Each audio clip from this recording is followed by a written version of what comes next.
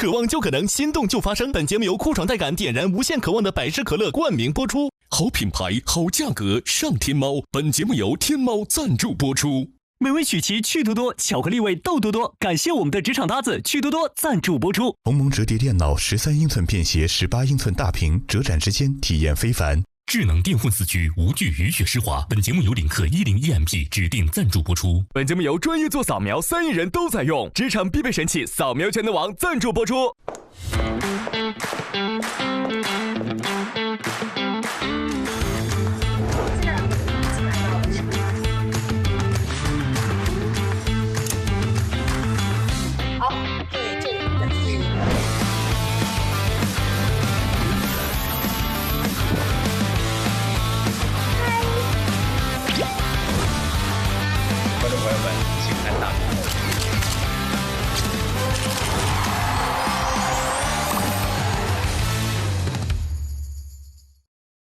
课题5的考核，关于民生新闻的采写制作，大家会通过新闻综合频道的民生栏目新闻方的微信公众号“市民大爆料”，获取近期上海市民的爆料求助，由实习生自己联系爆料人，进行现场采访、直播连线报道、新闻稿撰写、后期配音、剪辑。哇，全流程。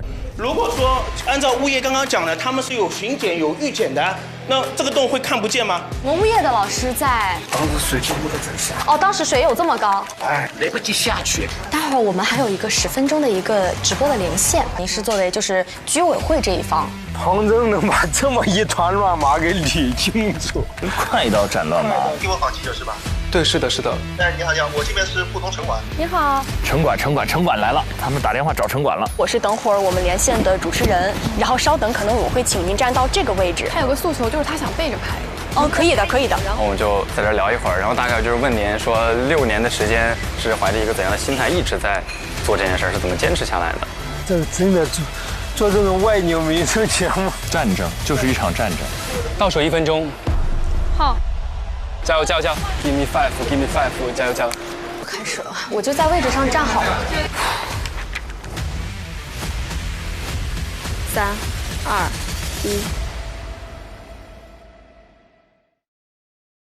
2、1。20秒片头。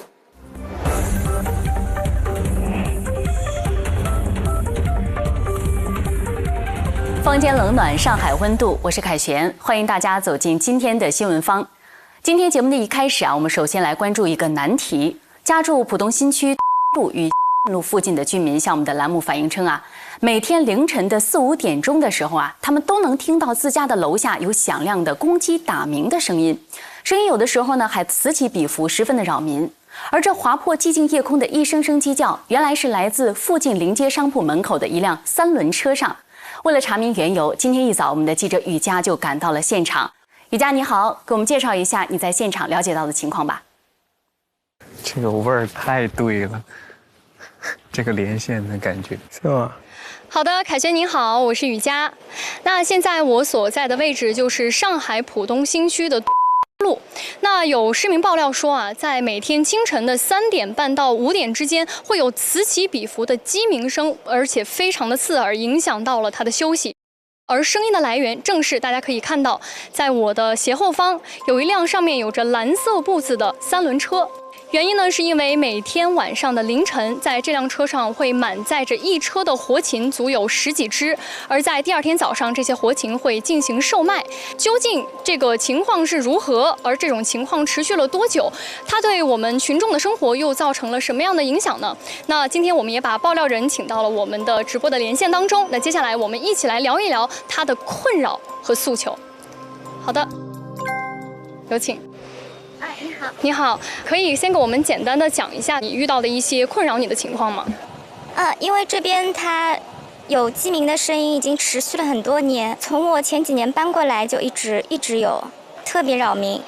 那它每天叫鸣的时长大概要持续多久？一般是1、2个小时，而且叫声的持续的时间和它的频次，一般是看它每天的鸡的性别和公鸡的数量而定。因为如果都是母鸡的话，它可能当天它就不打鸣。是的，鸡的性别。很严谨。没有，因为今天早上他们没有听到声音，然后结果就说今天怎么没有叫呀？他说因为今天卖的可能都是母鸡。那您现在就是因为找到了我们栏目组，我们需要去帮您解决这个问题。那您现在有什么相对于的困惑，或者说需要我们想去帮您对接的诉求呢？如果是售卖活禽的话，希望还是有卫生的一些检疫的程序，然后包括会有正规的营业的一个许可。因为上海市有颁布一个2024年20号的一个文件，这边也是严令禁止在非固定的摊位这边是售卖活禽。明白。那您是只是听过这个声音，还是说您有到线下去买过它这个鸡呢？我这边是暂时没有买过。我出来准备一下的啊，在那里准备好就好，在那个红色的位置。好的，明白。好的，已经了解了您的诉求，谢谢，谢谢。那我们先来说一下活禽交易的定义啊。活禽交易是指合法养殖的禽类在市场中进行销售、宰杀以及加工的行为。那在今天的凌晨，我们就在这辆3轮车的对面，也就是大概在这个位置，我们进行了一个蹲点。那在早晨的4点20分，有一辆红色的大货车，它将一车的活鸡和活鸽子来搬到了这个马路的对面，也就是这个位置。之后呢，它在夜色朦胧当中，把2笼子鸡从大货车上搬到了这个3轮车之上，大概过了半个小时之后，他又把这个笼子上的鸡肉一个一个的放入了这个邻里自提点，可以给那边一个镜头，邻里自提点里面的一个比较空旷的地方。而之后我们又去实地去买了一只鸡，可以给大家看一下，这个是我们当时买的一个活鸡，那可以看到它现在还是一个整只的一个状态。那我们在选定鸡之后，就在这个海鲜店门口，店主给我们进行了鸡的一个屠杀，屠杀，屠杀吗？他刚才提到你说对那些鸡进行了屠杀，用词。这些活禽究竟是从哪里来？那根据上海指导，把方圆10里的鸡都杀了。那这些禽类。雨霞有时候用词不是很准确，但是它总体还是蛮顺的，讲得很清楚。今天早上到底什么状况，这些描述我觉得还是蛮好的。根据上海市活禽交易管理办法，也明令的禁止了活禽交易的行动。这些禽类为何会在路边的门面进行售卖呢？那今天我们也把沪东村街道综合行政执法队副队长唐请到了现场。唐队你好。你好，你好。刚刚我们的爆料人有进行过这样一个投诉的行为，那您这边是有收到这个投诉的反馈吗？是的，我们在前期确实收到过相关居民的投诉。那么我们当时到现场来看的时候呢，确实也没有发现他有实际经营的这个行为。并没有发现实际经营的行为，但当时在这个门面里看到活禽了吗？门面里面当时他只有卖的相关的一些猪肉什么的，活禽确实没有看到。活禽是从第一次来，我们来线下一直到后面的还有来过吗？我们分别3天3个不同时间段来过，都没有发现。对，像他这些问题都是有必要的。他等于在现有的基础上想到能再追问一步，我觉得这个是好的。对，这一点很棒，真不错。都没有发现活禽的一个现象。那咱们这个城管部门在对于活禽这方面的治理方面，我们的职能的范围大概在什么地方？只有是针对家庭饲养这块是有一个相关的条例的。那么针对他这种商铺里这个经营啊、交易的这种行为，目前是没有法律法规的。明白，就是现在并没有相应的法律法规，说是对里面的一些交易行为，我们城管部门能去做出一些处罚的行径。那投诉人投诉的结果是划归到了我们的城管部门，但是我们没有权利去管，这是为什么呢？是这样的，我们城管虽然针对他这个活禽交易不能直接进行一个管理，但是针对如果他是涉嫌这个跨门经营或者是占道经营的话，这一块是可以进行一个相关的管理和处罚的。可以出来准备。明白，好的，谢谢唐队，谢谢。那针对刚刚唐队所说的啊，可能城管的管理区域就是在这个门面店以外，那门面店以内由谁来管呢？那我们也请到了沪东市场监管所的副所长，有请。你好，那刚刚我们的城管部门说，它的一个职能范围主要是在这个门店之外，那门店之内的事情是不是归咱们管呢？认真不错啊。最后1分钟，利落。但是这是正管，给1分钟有点短了。应该对。是这样的。那么根据我们相应的法律法规的规定，在门店内的一些违法经营行为，如在法律有明确授权的情况下，是由我们市场监管部门来进行处理的。那之前这种现象，你们有接到过反馈吗？根据活禽交易管理办法呢，那么我们市场监管部门是主管在市场内的活禽交易行为，那么在市场外的活禽交易行为，我们这边没有明确的执法权。您指的这种个体商户，它不属于市场之内的经营吗？对，不属于。这就我说的嘛，它其实没有明确的法，它有个规定。他们管市场内，那城管呢只能管占道，又不能管门面内。那是如何定义的呢？说我们市场的话，根据活禽交易管理办法，对于市场的定义是指专门的集贸农贸市场。好，明白了。好，谢谢所长，谢谢您的解答。那我们可以看出啊，无论是从城管方还是从这个市监督所的这个方，我们可以看到，其实它中间好像是存在着一个没有办法去单独进行治理的一个区域的。那这个区域究竟之后该如何治理，而之后的发展又该是如何？那我们继续来看接下来的报道。好的，凯旋，以上就是我这边现场的所有了解到的内容。不错，可以拉回去上班了。5秒交接，利落，真棒。好，雨佳，感谢你给我们带来的现场的了解，我们也有一些问题想要关注一下，希望你为我们解答一下。临时提问。我天。好的。考察来了。凯旋在发问。好，那第一个问题，刚刚你也有去问过城管执法部门，他们也有提到，他们应该是去检查了3次，但是都没有看到。那我想可能人防是达不到24小时的监管，但是比如说该个街道或者是商铺门口有没有定点的监控可以做到技术防护呢？有没有拍到过类似的交易行为呢？好问题。漂亮。其实我们今天也是在这个周围进行了一个监控的一个排查，我们可以发现，在这一条线上，可以看到其实是有布着一些小监控的，可以看到吗？在2个门牌的中间是有那种小监控的，但是这个监控究竟是否有拍到他们这种违法的交易行为，我觉得我们这里还需要再去深入的调查一下。很稳哦，很稳。确实可能还要去在联合公安那边去进行一个解答。他这个收得很好。这个商户的他这个反应很快，因为他们应该没有关注过，之前没有关注过，但他就临时看到了。好的。我有看到你今天是采访到了一位市民，他应该是受到干扰的市民。那我想，这个商户能在这条街进行买卖和交易，他一定是有相应的受众的，有专门的机构，或者你们在采访的时候有向他们科普买卖活禽会可能带来的健康和卫生的风险吗？这个其实我们也是在群采的时候，也对观众们进行了一个摸底。我们去采访了他们，说你们究竟是否对这样一个法律法规是有认知的？我们发现基本上是呈现一个5-5开的局势。因为据我所知，上海这个活禽的治理办法是已经修改过一版的，那可能对它的一个定点的宣传和专门的一个普法的内容，我觉得还需要再加强。好的，谢谢雨佳从现场给我们带来的报道。好的，谢谢凯旋。雨佳的这个出镜的感觉真好，外景的感觉太好了，可以，太厉害了，太好了，留下来干活吧。这个我很意外，就是根据他们前面的这个交流以及对于他的回答，我觉得都很棒。就他，我觉得他应该是准记者，就是万场记者做调查类记者的一个水准了。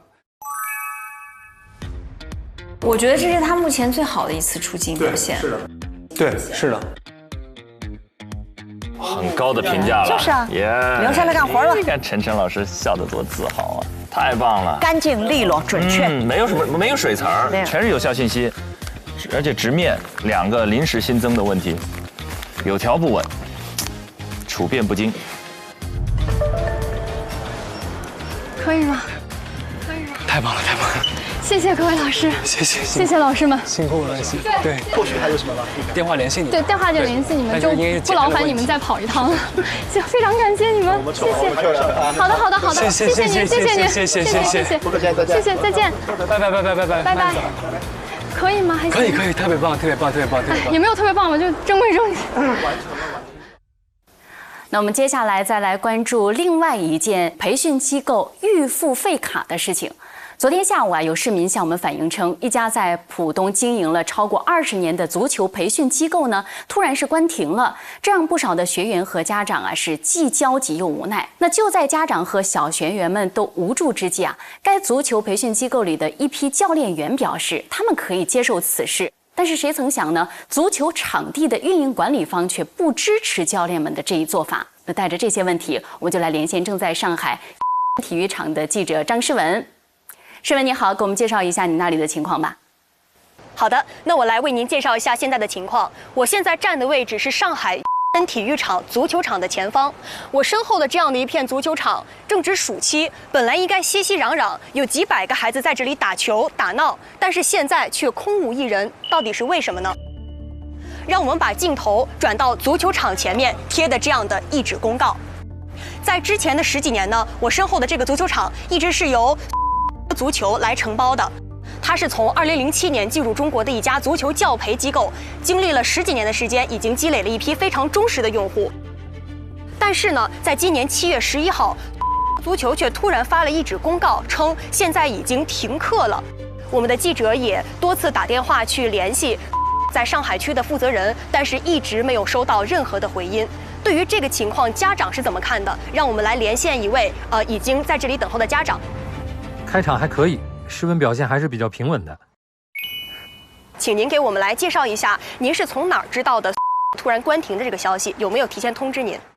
没有收到提前的通知，我们得到消息是通过教练在微信群里发布，以及家长互通有无来知道这个消息。那现在咱们大概还有多少课时在这里？然后大概是预付了多少钱呢？就我个人而言，我付的是年卡，大概是9800块。现在还有半年的时间到期。那现在对于这个机构突然关停，然后孩子们没法上课这个事情，你有没有一些想实现的这种的预期？我觉得作为家长，我仅代表我个人的意见。其实比较简单，就是希望能够在暑期尽快的让小朋友在户外多参加运动，能够让球场开放，给他们有一个活动的空间。好的，我们其实还了解到这样的一个情况，就是有一批跟孩子们关系比较好的教练，已经在尝试组织一些小型的友谊赛，让孩子们踢球熟悉这个感觉。也有一些教练在想努力去承包我身后的或者是其他的场地，来继续我们的这个训练计划。想问一下他们的这个决定，咱们家长这边是知道的吗？这是确实是存在的，但是也是通过家长个人的资源去联系到其他的体育场馆。体育馆一直是对我们大门紧闭的状态。我们还了解到，如果后续准备与教练去开展这样子的培训的话，可能有一些家长准备签署一个免责声明，让教练能更放心的来教学员。了解到有这样的一个情况吗？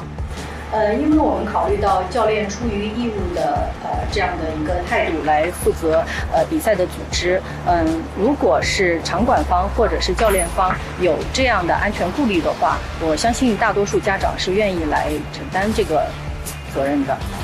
好的，非常感谢您的信息分享。如果有后续的进一步的信息，我们也会及时跟您跟进。好，来，咱们可以这边请。看上去好像出现了希望和转机，有一批教练准备义务介入到这些小朋友的训练当中，但是事实真的如我们所想的那么顺利吗？我是觉得他的语言组织能力和逻辑非常强，他是完全脱稿的，厉害。中传、播音，第一、第二，不愧是师姐。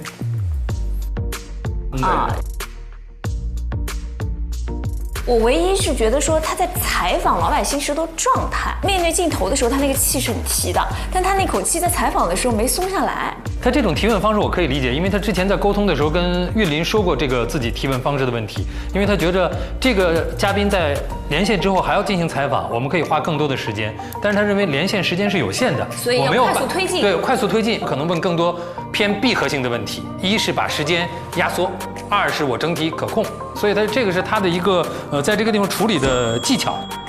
我们也采访到了原先在的一个教练，他是教学主管，为我们介绍了一些现在他们的预期和情况。大家就达成一致嘛，我们自己接手这个校区，然后呢让学生恢复正常。但是有一个问题是，要办理一个办学资质，然后办学资质的话呢，它是有一个前提，就是那我有一个场地租赁的合同，而且它也不是能马上实现的。因为我们了解到了一个情况，在上海，关停的机构不止体育场这一家，在和城这2家机构，其实它也是有了一个关停的状态，但是现在已经恢复运营了。我们也联系到了教练，教练为我们介绍了一下另外一些机构为什么能恢复运营的一个原因。这个负责人呢，就是以前也是负责那个校区，他自己跟那个别的物业就是签那个租赁合同，可能是属于这个国企单位，工作的一些情况和要求可能是跟那些这种它是商圈，它是只要跟物业去达成共识，就基本上没啥问题。好的，我们了解到的情况，教练向我们提到的卡住他们的其实是办学资质，因为我们也了解到了上海关于体育场承包和运营的一些详细的情况。如果没有确定的公司的营业执照、办学资质，其实是没有办法承担体育场进行这样的一个办学工作的。那么今天我们也采访到了体育中心的副主任，然后他给我们提供了这样的一份登记信息。大家可以看到，在这个突然消失之后，体育场呢是组织家长进行了这样的一个登记。他们已经大概联系了多位孩子的家长去进行这样的一个工作，看起来是非常的负责和有条理的。那么他们的顾虑到底在哪儿？为什么不能向这些家长和教练所愿，再把这个场地包给原来的教练团队吗？关于这个问题，其实这个副主任向我们提供了解答。这样一个开了10几年的机构，尚且会出现跑路风险这样的问题，那么另外一个稍微小一点的运营资质的公司，可能也难以全然信任。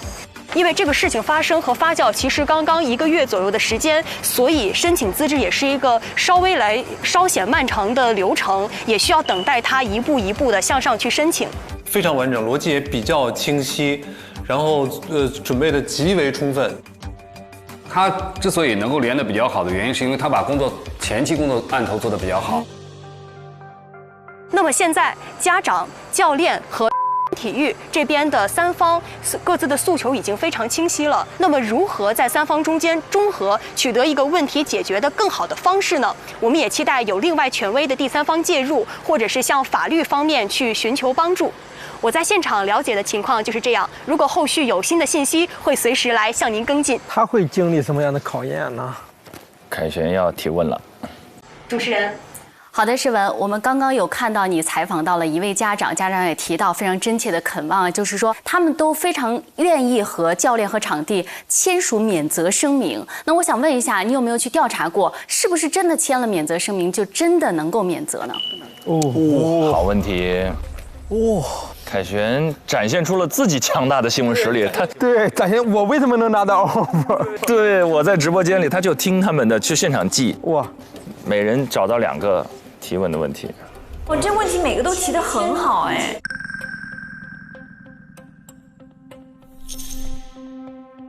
这个问题其实我们也进行了调查，我来分为2个角度回答。首先，这个免责声明签没签呢？目前是还没有签的，因为没有这样的一个场地，双方是无法开展日常的训练和培训工作的。那么第2个，我们也问到了，在上海从事律政工作的一位刘律师。刘律师给到我们的一个信息是，即使签署了免责声明，但是法律上的这个责任的归属其实有法律的认定，对方是否因为免责声明就可以不承担可能出现的法律风险呢？这个其实我们还是需要再做商榷的。清楚。对，这都是有备而来啊，他已经做过律师的问询了。我想这也是为什么家长即使非常真切的希望能够签免责声明，但是场馆和教练也有所担忧的原因。那我们还关心的第2个问题是，刚刚你也提到了3方都有各自的诉求，那有没有一个部门能够协调出来，为这件整个事情兜底呢？能做一些协调和商议，让这个事情进行下去呢？现在我们所联系到的比较权威的部门是上海浦东这边关于体育方面的主管部门。这个资质的批复呢，是需要一个比较漫长的时间节点的。如果我们要商议身后的这个场地是否能够租赁，可能需要向街道办相关的负责人去做一个联系。那么，如果我们去商议这个办学的审批资质是否能批下来，可能需要向上海文旅、上海体育去做商议。那么这两方今天上午我们也都各自在联系，希望得到更权威一些的意见。我们也希望这个事情能得到一个更加好的解决，可以兼顾三方共同的诉求。好的，谢谢诗文，我们也期待你带来更多的消息，为我们提供不管是办学资质还是场馆的申请资质，都能有一些绿色通道。凯旋问给他们问题，他们几乎可以对答如流。整个的这个连线的状态，我觉得思路也是比较清晰的，逻辑非常清楚。事情因何而起？家长的诉求是什么？现在教练给出了一个解决方案，那为什么别的地方可以，这里不可以？原因卡在了哪里？我觉得整体逻辑是比较清晰的。那您觉得就是谁来协调是比较合适的？场馆所在地的这个行政的机关，比方说某一级的政府啊、街道。我还是想问一下，这个免责声明这个东西，从法律上来说，这个是合理的吗？我在想，在正常训练过程中产生的这种问题，这个教练和场地都是可以免责的。教练的一些法定的一些义务，它是不能免责。哦，免责声明绝对不可能排除所有的责任。这一点是确定的。哦，他们之前都做了准备，真好，真的是有备而来。哎呀，哪有什么对答如流啊，全是之前的细致的案头工作。太厉害了，太厉害了，押题押中了。我没想到他会提问，我也没想到。但你回答的很好。但是咱们昨天全问过，还好昨天打的那个电话，全都问过，全都问过。那我们接下来再来关注另外一件暖心的事儿。早在2年前啊，深成的一家爱心饭店就会免费为周围社区重残的老年人送餐。这个故事呢，引起了网友们的普遍关注。但是让记者感到意外的是啊，这家饭店的马经理却再三地叮嘱记者，千万不要露出他们饭店的名字，因为他们只想要默默地传递这份爱心。那距离我们的记者上一次报道又过去了2年多的时间，那这家爱心饭店还在为老年人们免费送餐吗？今天我们的记者就再次来到了现场，我们再来听一听他们的观察和介绍。好的，现场的记者，我们把时间交给你们。好，正面报道了。俩哥们儿要来了，俩送货小哥们儿要来了。主持人你好，现场的观众朋友们大家好，我是前方记者子泰。那么大家可以看到，我现在站在一家饭馆里。这家饭馆不愿意透露姓名，因为它非常的特别。为什么说它特别呢？因为这家饭店从2020年就开始为周边的有需求的老年人们提供免费的送餐食的这样一个服务。在来之前，我也在纳闷，我说，这样大的一家餐馆，这样专业的一家饭店，它为老年人们免费送的餐和为平常的顾客们来炒制的那些饭菜，是不是会有区别对待呢？但是当我刚刚走进了他们的后厨之后，发现完全打消了我的疑虑。因为他们的后厨正在精心的准备即将为老年人们送去的饭菜，他们此时也正在备菜。那么接下来跟随着我的脚步，我们一起去他们的后厨来看一看。也挺生动的，也很好啊。我觉得状态特别好，状态挺好的，状态特别好。他很适合做这个。我就纳闷，对吧？这么一个专业的饭店，人流量又很多，在这个特别好。很适合，他就很唠嗑。我觉得他做明星新闻主持人特别适合。现在感觉都被这个节目打磨出来了。这种压力状态下，那么我们现在也是走到了他们的后厨的位置。大家这个时候可能会听到一些嘈杂的正在做饭的这样一种声音，因为他们此时啊正在进行晚餐的备菜的过程当中。那么每天的餐标呢，大概就是一个大荤菜加一个小荤菜，再加一个素菜，再加一个汤，所以说是3菜1汤的配置。那么关于出餐的标准，我们刚刚也问了老板，他们的老板特地叮嘱过厨师，说你们的父亲母亲、你们的爸爸妈妈用什么样的标准来吃饭，那你们在出餐的时候就要达到什么样的标准，真的非常的令人动容。大家可以推一个镜头给大家看一下我们备餐的整个场景。所以说是师傅们为大家炒制的饭菜和为顾客们炒制的饭菜都是用心对待、用心付出的。一直走到今天，其实他们的这些餐馆的送餐的流程啊，以及为老年人们的服务也在做一些调整，包括此时他们就会在每天下午的3点到5点钟，还会在我们的楼底下，就是这家饭馆的楼底下开设一个类似于小的这种的爱心食堂，他们会放一些非常的价格实惠，然后物美价廉的这样一些饭菜来供周围的叔叔阿姨们进行购买。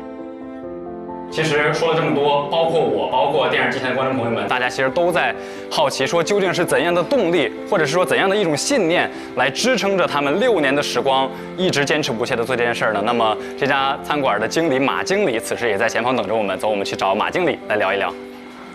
胡子泰的语言表达就是轻轻松松，话不落地。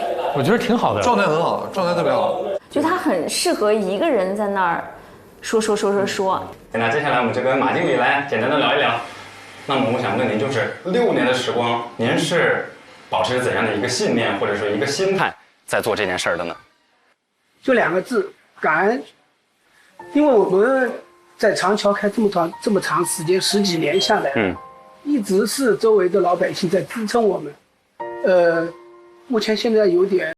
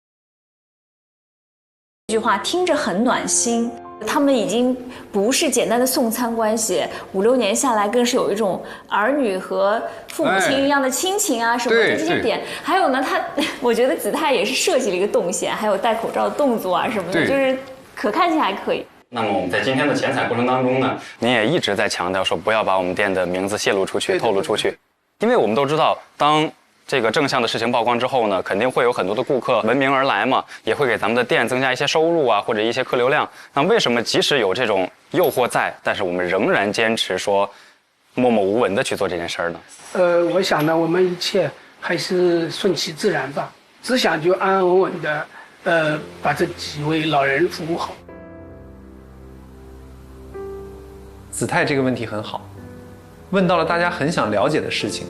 就是像我在来之前，以及马哥之前跟我透露的，他说其实很多人是持着怀疑的态度来到这儿的，因为他觉得说，免费送饭，而且一送这么多年，是不是在作秀呢？我其实来的时候，我也抱着这样迟疑的态度，因为我觉得这种好事其实有，但实在不多。但是我今天来到这儿之后呢，听马哥讲了他们的故事，而且在今天上午送餐的过程当中呢，也是亲自去了被送餐者的家中，他们那种流露出来的真挚的情感和感激的眼神是没有办法修饰的。所以说在那一瞬间我也感受到了我们的这家店其实真心的是在发自肺腑的为大家做一件实事儿。所以像马经理刚刚说的，他们不愿意透露姓名，就想着继续把这件事儿安安稳稳的一步一个脚印的做下去。那么因为我们今天的采访呢，我们的连线环节比较短，但是我们的另外一位同事之后会以一个民生小片的方式为大家呈现我们的整体的一个动人的故事，那么大家可以期待一下。那么前方的情况就是这样，主持人。好的，子泰，其实我刚刚也有介绍过啊，其实早在2年前我们就曾经报道过这样的一个案例了。那同样也是这家餐厅。那在你看来，2年前的报道，或者说通过你的观察，2年前他们的做法和现在的做法，他们之间的变和不变分别是什么呢？哇，嚯，这已经有点考题的意思了。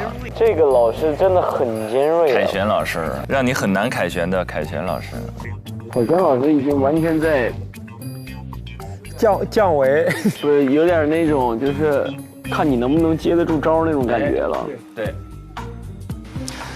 在我看来，他们的变是我觉得流程更加的完备了。一是老年人的这个收餐的人数在变，因为我们的人数是不固定的，因为有的一些老年人当时可能有这个需求，现在不需要了，他们也会主动来跟我们餐厅沟通，主动来跟马经理说，哎，我们不需要这份饭食了，你们可以把它留给更加有需求的这样其他的这个老年同志们。然后也有的一些有了这样的需求，我们也会增加进去，所以人数是一直在变的。那么不变呢，我觉得是初心和菜品的质量以及对顾客的态度是从来未曾改变的。答得好，那好。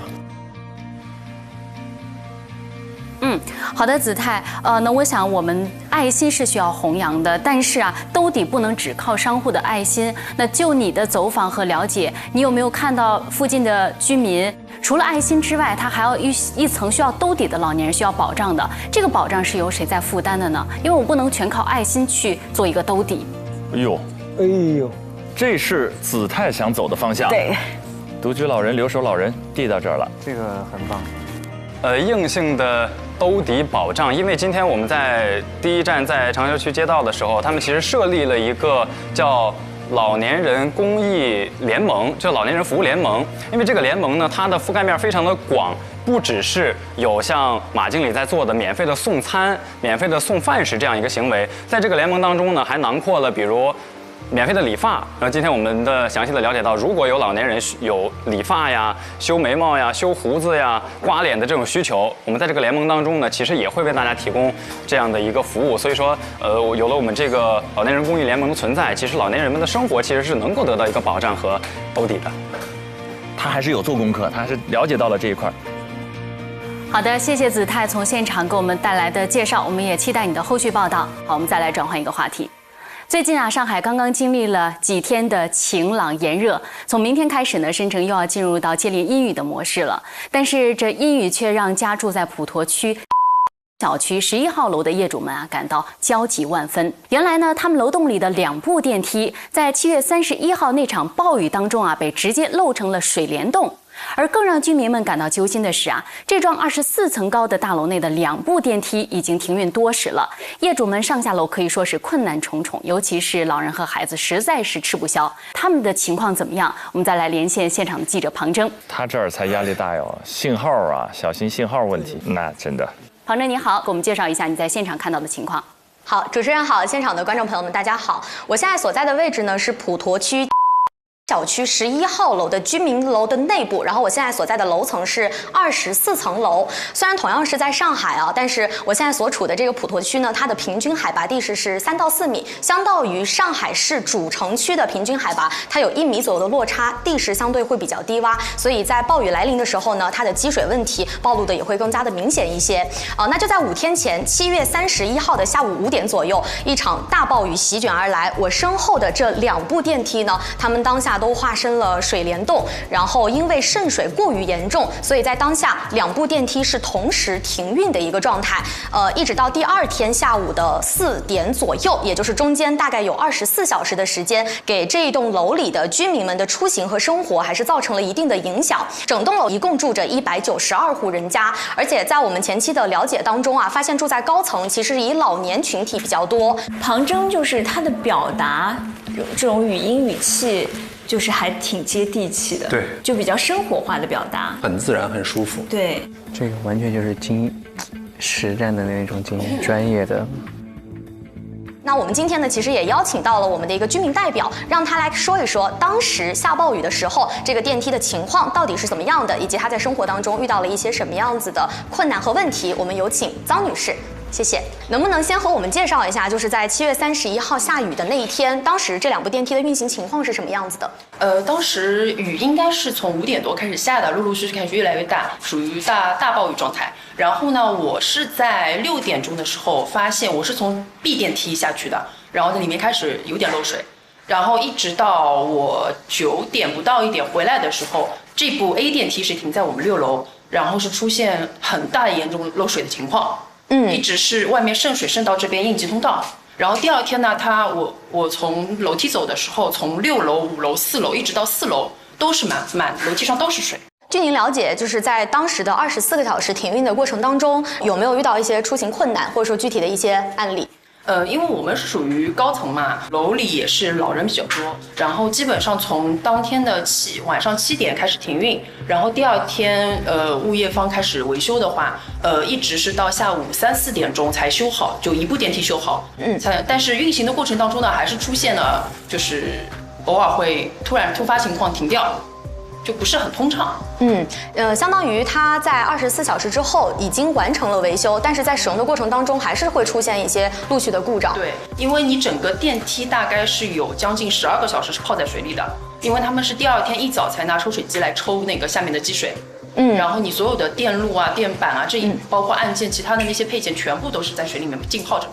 那在这24小时的过程当中，你们有没有收到维修的信号，或者说物业的一些就是工作的支持和抢修？居委有这边一直在告诉我们一个进修的一个进度，就现在还在抢修，请你们耐心等待。到3、4点钟修好了，他通知我们这边 B 电梯已经可以运行了。然后大家才陆陆续续开始上上下下的，但是上上下下的过程当中呢，还是会有坏掉的情况。有一家人家，我看到他是说他到15楼好像突然之间停掉了，等他电梯再亮的时候，已经到19楼了。好恐怖啊！这事情其实真的蛮触目惊心的。有没有收到？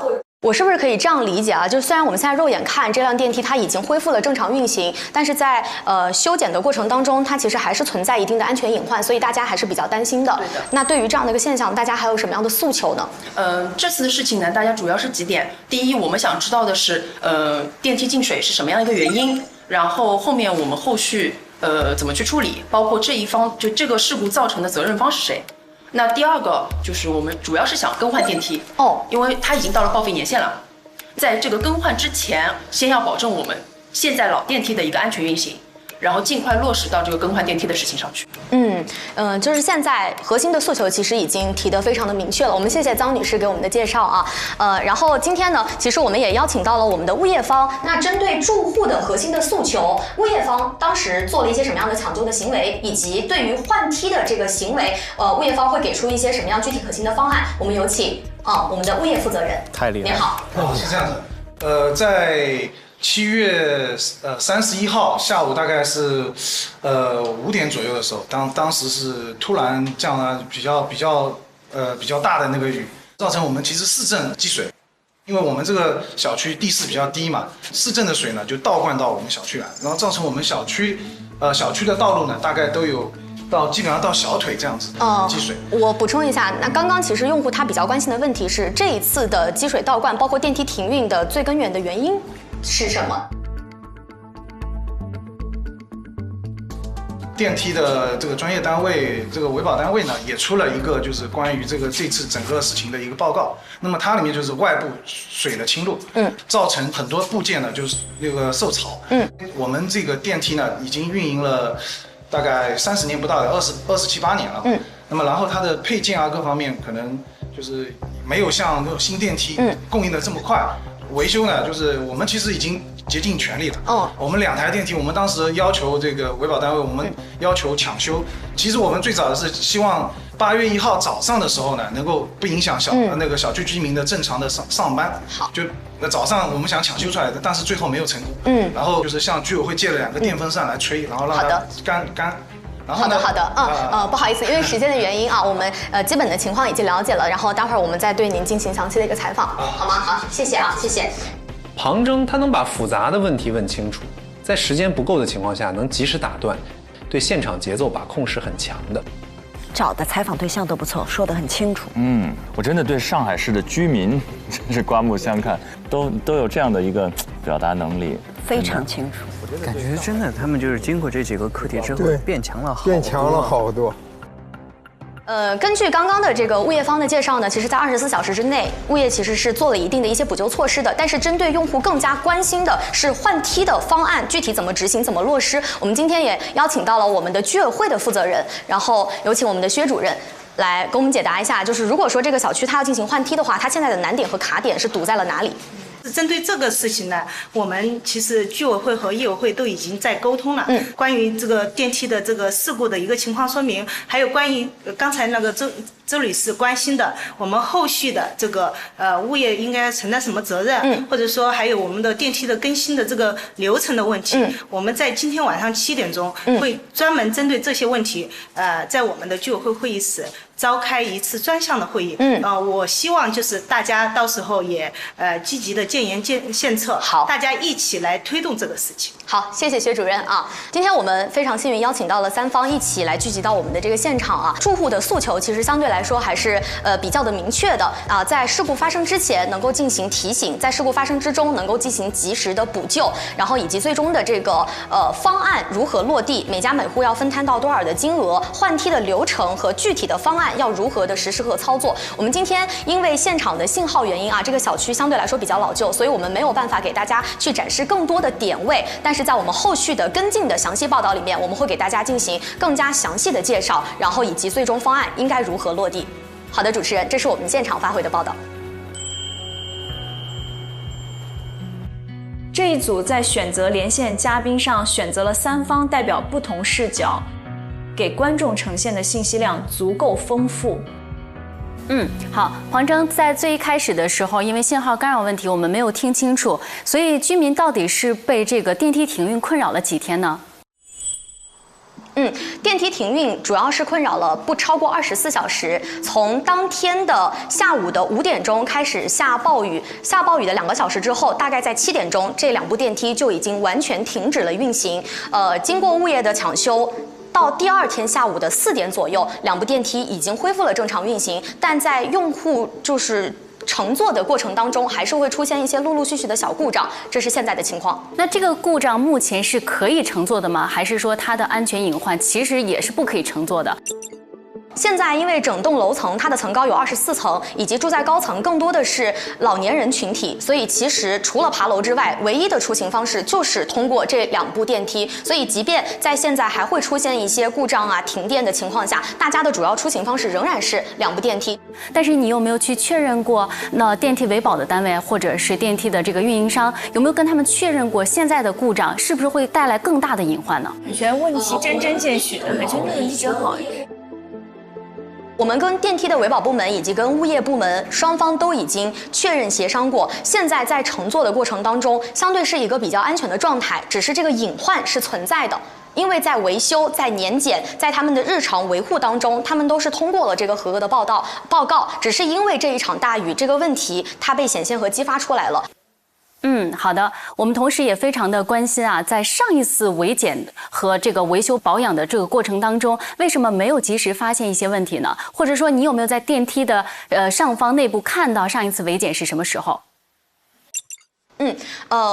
电梯的定期的维修报告，物业方暂时是没有向公众和市民去公布的，这也是住户最核心的诉求，就信息公示要透明，过程要公开。然后在电梯的内部是没有发现明文公告张贴出来的一个检修的报告的，所以这一点也是需要物业方在后续他们要进行去提供的一个公开的信息和证明的报告。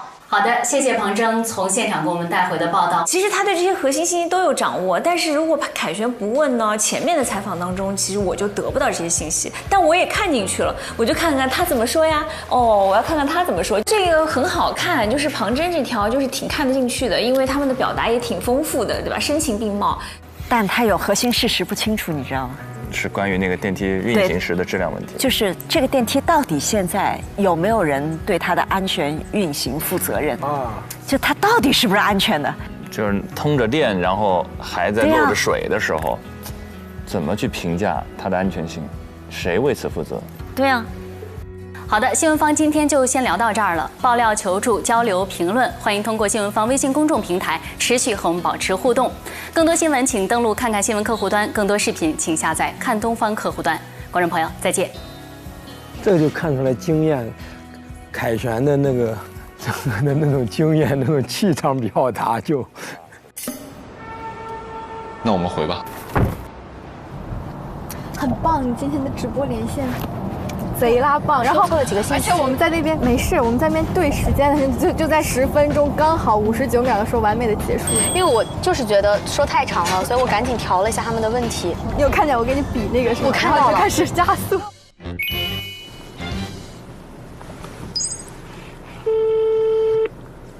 喂，薇姐。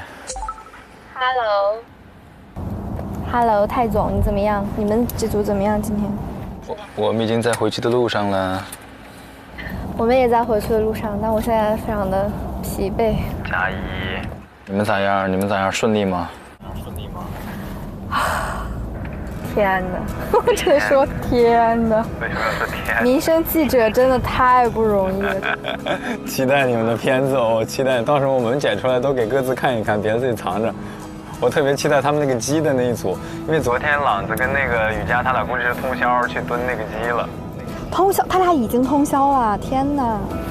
对啊，昨晚就通宵了，昨晚都没回来。但今天还得通宵呀，今天得剪片子，主要是。你感觉你今天的现场报道做得怎么样？我感觉有点往回倒不过去了，我现在满脑子都是那个新闻稿。我感觉总体上还算完成的挺顺利的，因为我感觉凯旋姐问的问题你给的回答都不错。因为咱们这个主要是你的功劳，因为昨天晚上咱们确实前期采访做得很充分。那没有，我觉得是你回答的也好，我们一起的功劳，不行，我要休息一下，感觉忽然好累。歇，我也不跟你说话了，我们也别歇会儿。人一直绷着，一秒入睡吗？一个直播搞完，秒着。王玉是永远在这个位置睡得特别好。先休息一下，对，见缝插针睡一下。日子过去了，我马上要。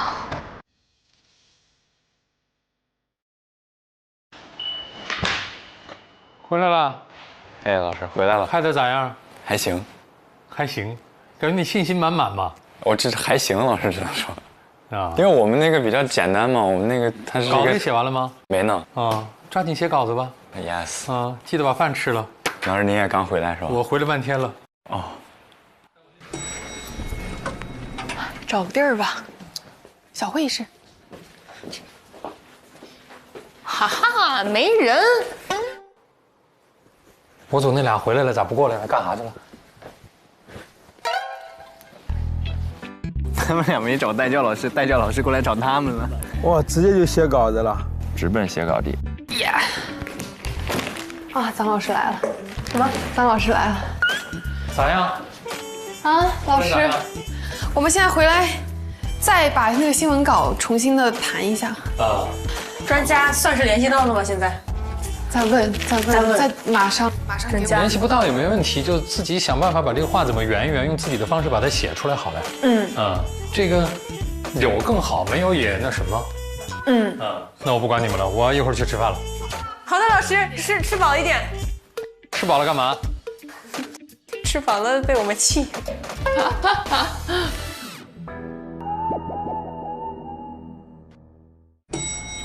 我这脑子都麻掉了，怎么剪？怎么写稿子？哟，你们也回来了？回来了。你们吵得怎么样？我们现场非常的混乱。你们那里肯定吵，想都想象得到。对，大吵架，大乱炖。物业和业委会在一起肯定吵架。就是跟他说小丫董，他就是全程说上海话。你跟他说上海话，他肯定会跟你说上海话。我完全听不懂他说上海话，我只会这一句小丫董。我还会一句我要可下。谁看到我们这个样子不会感到惊悚？这两个人到底经历了什么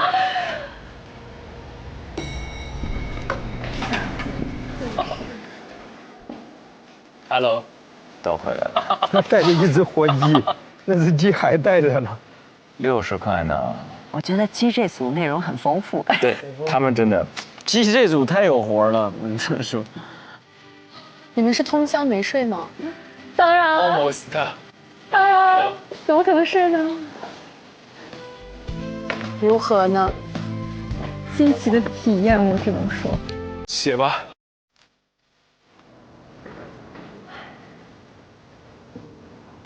都回来了，陆陆续续。怎么样？那来吧，咱们讨论一下直播连线的情况。先说活禽交易那一组。马老师说，我很意外。怎么了？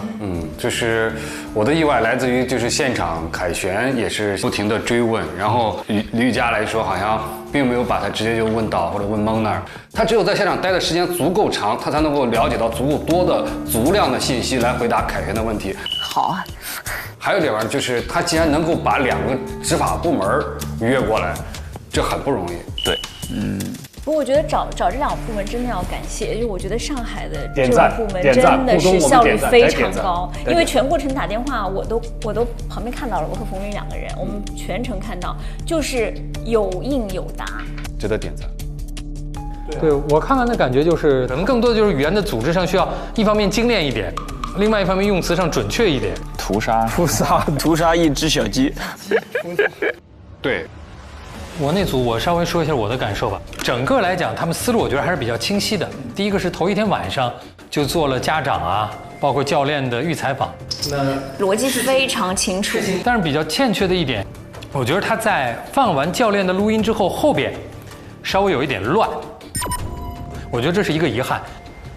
但是真的太棒了，我设身处地想，我干的连人1/10好都达不到。对，非常非常厉害。以前我们还能对人家有一些点评，有一些浅薄的认知。这你敢点评啊，徐老师？你点评一个我听听。以前都不能说点评，有时候还会进行一些批评。现在只能久仰了。下一组。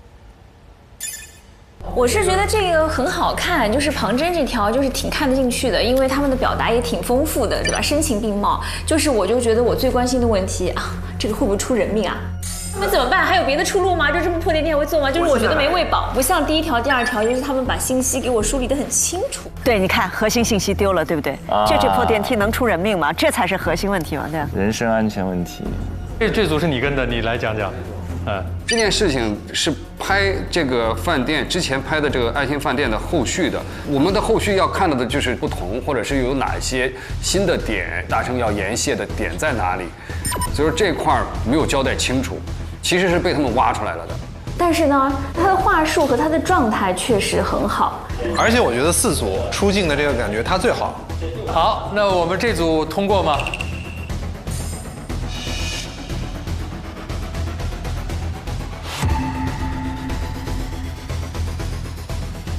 这个咱们这4组刚刚当了个当，肯定是必过呀！这4组太棒了。哎，我记得是说他们只要达到了那个标准线就可以拿到10分，对不对？对，好像直播是1个分。是的，我觉得可以给分啊。我觉得这4组都能拿到，都有可以给分。好，我们先回办公室吧。各位同学回工位了，我们先把大家直播连线看过之后的考核结果以邮件的形式通知大家。现在就说我们不是第一部分是直播连线的考核结果吗？天哪！今天就发吗，老师？只是直播连线的部分，名额不设限制。我觉得瑜伽这组是没问题的。从合格的角度，我觉得都合格了。我怎么感觉这个如果让咱选的话，这个难度越来越大了？这里边现在最在意的应该就是姿态。你查吧，我就不查了，反正1个分儿，有就有，没有就没有就听天由命。是只要直播连线合格，所有人都可以得10分。对，就是理论上是可以，所有人都可以得这个分的。完了，我感觉悬哦。你们对于这一轮考核成绩都这么不关注吗？到现在都迟迟不回到座位。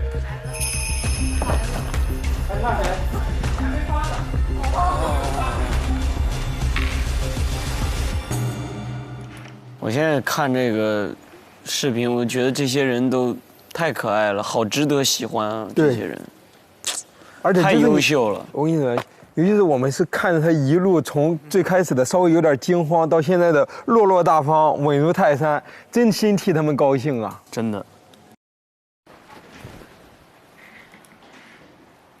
我猜应该是都会有吧，应该都过了。我觉得应该所有人都过了。这个还要单挑一组的话，我觉得有点苛责了，有点针对性了哈。但是我们最后时刻是要猜谁的新闻片可以成功播出的。鸡那个肯定能播，小于等于2组。他就不能冷不丁的发过来吗？只要他们那个新闻编的不出大问题，一定可以。还要看这个新闻稿本身，还有夜探部分呢，那多好上电视啊！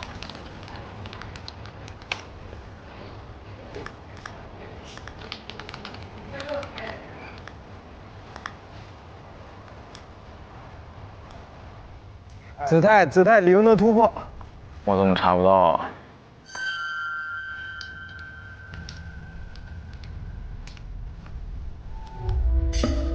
邮件发送了。好，邮件已经发送了，大家可以查收邮件看看这一轮考核的结果。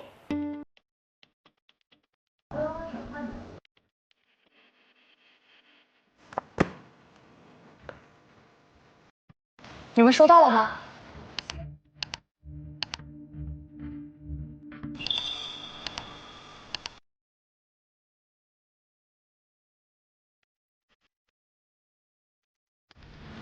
师姐，帮我看一下，有分吗？有分吗？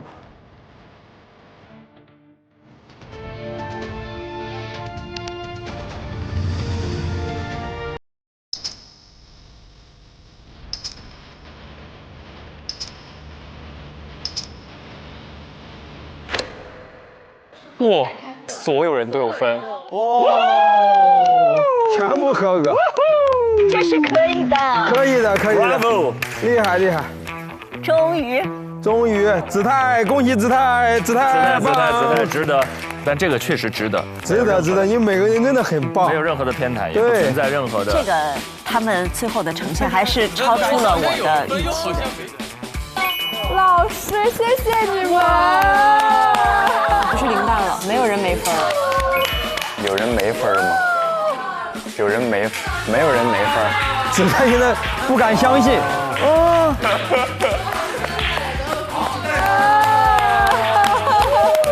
老师们，谢谢你们。哇，都有分哎。老师不舍得我。都有分哎！老师不舍得我，还能不上去。他们最后的呈现还是超出了我的预期的，绝对。鸡那个确实精彩，那必须得上电视。对，那是绝对是一个很成熟的电视内容。对。我跟你说，就他们这冲劲儿，让他们扫毒，他们都敢去。扫毒，挺像的，我告诉你。真的，他们在扫毒，他们都敢卧底，你信吗？记者越年轻的时候胆子越大，真的。你们俩也像要去出镜当记者的感觉。我俩已经恨不得去卧底了。穿那么闪当记者受不了。我刚才跟子琪对了一下眼神儿，就是我们俩那意思就是，如果这一回不是所有人都有分，我们俩打车马上去东方卫视。改天我俩一块，那就要打好几千块钱。来，首先我们把掌声给到子泰，好不好？好姿态啊，好姿态。10分入账，实至名归。而且不是说为了关照谁搞那种万箭齐发什么的，没有，这就是靠实力拿到的。精彩。然后这一轮所有的表现，各位印象最深的人或者瞬间，有没有分享的？哎呦，志胜，我就不说瑜伽了吧，因为估计有很多人想说瑜伽。这次瑜伽确实爆发出来了它前所未有的一个好状态，以及在整个的探访过程中都让人印象非常深刻。他和程朗，其实程朗让我挺意外的是，他俩其实看似就是从直观上判断，他俩其实可能不太适合去做这种去暗访啊。怎么说呢？有点挑战性的东西，颜值过高了。对，然后结果他们在做的过程中敢拼、敢玩，然后在做的过程中执行，无论执行的也非常好，然后整个的流程做的都非常的棒，有点吓人。有点吓人，有点吓人。我本来不想说他们，但实在有点难以抑制住这个心情。你都说完了，那剩下的你们说吧。好，那我抢一个，你抢一个。体育场其实这一组啊，他的工作量我相信一点不低。他们的这个工作量可能不是实地去在综艺内容上的一个呈现的一个工作量，就是去实地走访什么的。他们可能更多的是在于，和各方交流。我觉得交流也是主持人一个特别重要的能力吧，全真老师。所以我觉得他们其实这一次完成也非常好，而且我觉得特别有必要每一组都提一提的是，这个凯旋老师其实每一次都有一个单独的一个提问，这个是所有人都始料未及的，我就是抓你到底对这事儿了解程度有多深，结果他们每一个人，至少我看到的是都没有被抓住，没有说就是在一个直播的临场反应中，没有让这个时间 timing 就掉在地上过，而且对答如流，我觉得专业性上真的是需要极大的肯定。对，那我补充一下，就是这种直播台上临时对记者提问的场景，不是为了为难记者，是你做直播台的新闻主持人一定要问的。为啥？因为它代表的是观众。就但凡我觉得观众不明白的事情，而我又想要知道的，我就会问。就这种问题，真的不算突然袭击，就是要问的。这也是他职业要求，群众的关切。然后那种事实不够清晰的点，逻辑上有纰漏的那些环节，然后使得他来做更进一步的澄清，这其实是他的帮助。如果真的播出而那段他没有澄清的话，其实是让他把更有价值的信息提炼出来，他其实不是一个为难，所以也不会提前沟通哈。有的时候能做一下沟通，有的时候根本来不及，因为你是在现场听他的表述的时候才发现说有问题我没明白。所以你就没有沟通的机会，你就得临时发问。除了刚才我们提到的几组之外，还有没有哪几组是让你印象深刻的地方？子琪，庞征在我心目中一如既往的发挥稳定，然后我对他印象深刻的一个点，就是在居民还有物业还有这个居委会在那个场面一度失控的时候，他一句话就是抓准了他们民生新闻的一个要点，就是居民的诉求这个点，一句话把这个所有混乱的场面又给拉了回来。好，大家先平复一下心情，我非常理解，解决问题好不好？因为这个事情它已经严重的影响到你们的生活，所以我非常理解你们的心情。包括他在直播连线的过程当中，然后也是面对那个居委会的那个大哥，滔滔不绝的一个表述的一个情况下，在时间里，然后他的这个控场能力依然是那么出色，是在我心目中留下了个非常深刻的印象。庞征那段是真难，真难，因为错综复杂，对，然后每个人各执一词，而且他最后呈现出的那个结构化的逐步深入哈，找居民问事实，然后找物业问责任，最后找居委会问解决方案，条理非常清晰。对，然后最后问卡点在哪，那点在这儿怎么办？而且面临最后凯旋的这个提问，也是临危不乱，真的是棒。但美中不足，我自己观察，我感觉就是那个片子的视觉呈现稍微单调了一点，虽然说有这个信号的问题。他们说后面还有片子，所以最后其实最后的呈现是连线加片子剪辑以后的结果。对，那可能水帘洞这些镜头都会放进去了。是的，那这个就非常值得期待了。这么，其实我觉得最后可能会上片子的一个是那个卖鸡的，一个就是这个电梯的。这个有吵架，就爱看，滴了嘟噜的一顿吵，老头老太太在电视机前我就看这个。既有收视率，又有社会价值，能解决实际问题。对，俊林刚才有没有印象特别深的？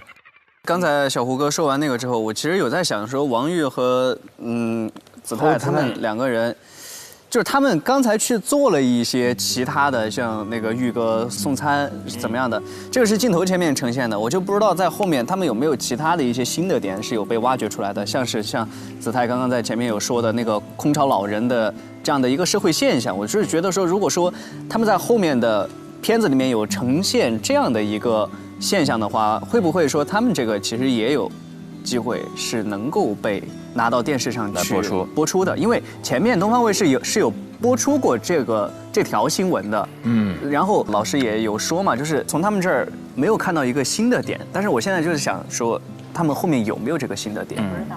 子泰心里有一个，对，所以我现在也在期待，就是我也很期待他们后面能不能有这个点的出现。没错，凯旋也问到了一个。全勇老师，那我能问一个问题吗？你说，就是您觉得这8个人里边，您自己觉得个人业务能力，您觉得最强的是哪个？到目前为止，我觉得有几个人的基础能力非常的好。起码有4个人，我很难分出他们的高低上下来。瑜伽、庞征、诗文。徐志胜。第4顺位比较难猜呀，我觉得是子泰。子泰，那太好了。来，我们明朗吗？我觉得就是你们说的前3个，其实他们的表现都很突出，既能够在新闻调查的过程当中占主导位，又能够在现场连线的时候起到顶梁柱的作用。这3个人都很棒。是，我心目当中其实有一个人不显山不漏水，哟，深藏不露。对，但是我觉得基础能力非常不错，韵林的基础能力非常不错。韵林果然是韵林，哇！但是真的韵林也非常全面啊，对，那个律师那个，这个是思维缜密。就我们老说好记者吧，腿要勤，手要快，心要细，脑要轻，就这几件事你都得做得到。刚才片中还有一个小细节，就是屠杀那一刻出来的时候，演播室内外，从这个导师们到我们都笑作一团。我们日常生活中有没有那些口误乌龙的小瞬间？口误有没有？有啊。俊林有吗？有啊，我记得就在这儿吧。我当时舞的时候我猜人，说靠发型猜人，然后我说成了靠发际线猜人。我还记得，我有印象，准吗？当时准，靠发际线猜人。哎，你这个思路是对的，就是这个发际头，对对，发际线取得了胜利。我说我当时靠发际线。你这个时候就不要再看着我说发际线猜人了。志胜呢？有没有口误时刻？我没有口误，我有被别人空耳过。我有一回跟你们可能刷到过，跟孟子义拍一个直播，然后那个吃一个鸡，然后那个鸡特别烫，他就哎呦了一声。我说你让鸡咬了是怎么着？然后所有人都听成了我说了一句你让鸡咬了是，然后后边是一句脏话。你让鸡咬了是怎么着？是。一点那个，大家全听成了这个，还是这个，大家全听成了这个啊。然后我当时说完之后，两人吃鸡就吃不下了。对，主持人一直提醒我说：“志胜哥，我们是直播。”我说：“你直播怎么了？我关心他。”我关心他怎么着？我关心他怎么着？然后梦姐一直说：“你别说话，你吃鸡。”我当时真不知道是发生了啥。然后后边他们跟我说了一句脏话，我说不可能呀，然后还给我听，反复的听。然后后边就自己听，我就听出来了，是怎么着？我赶紧给你们说，但是当时就已经不必解释，而且当时大家都听成了是这个，我到现在也觉得我有冤枉。想的是怎么着，但是你出口就确实说着的，出口也是怎么着？我反正当时看的时候不是怎么着。王子琪，你还我清白，王子琪。你现在把那句再说一遍，我们听听。你让鸡咬了是怎么着？这完全不是你当时直播那个声音，我觉得是语势那个哒哒哒。我知道这怎么收了。徐志胜直播骂脏话。不是。它是属于一个这个咬力，吓我一跳，我说那鸡咬了是怎么着？是怎么着嘛？对，不是，你知道这个弹出来的是什么关键词吗？徐志胜直播说国粹。对，到现在还没人给我证明我的清白了。普通话证咱还是考一个吧，就是这是普通话再不好怎么着和那个我不那个招，对，怎么着？做早操。做早操，我害怕出现新的误会。香菱老师有吗？有啊，就是我有一次去丽水采访，然后呢，不知道为啥我脑子里可能刚从温州赶过去，我采访的整个过程当中都在问说，咱温州近年来这个问题是怎么解决？整个采访都这么问，对，然后对方说，温州这个解决的事情吧，那个他们不太好干。我心说怎么那么不负责任呢？我说那咱温州为什么没有人对这件事情负责？这温州这件事情真的不太好干。你们俩聊了一整场温州躺枪，他也是真接啊，他肯定很严肃嘛，他觉得是在聊温州那事儿，然后就认真聊了。我天，哎，太好笑。哎呀，没关系，咱们如果这么比起来，刚刚他们所有里面都是小误会，而且这些片子还没有正式播出呢，对，其实后期都还有补救的余地。所以接下来我们会看到他们准备新闻稿和剪辑新闻片的过程，这才是难题。因为文本工作、案头工作时间紧，任务重，看看他们的表现怎么样。接下来大家抓紧时间把稿子写了。9点，现在是7点，还有2小时。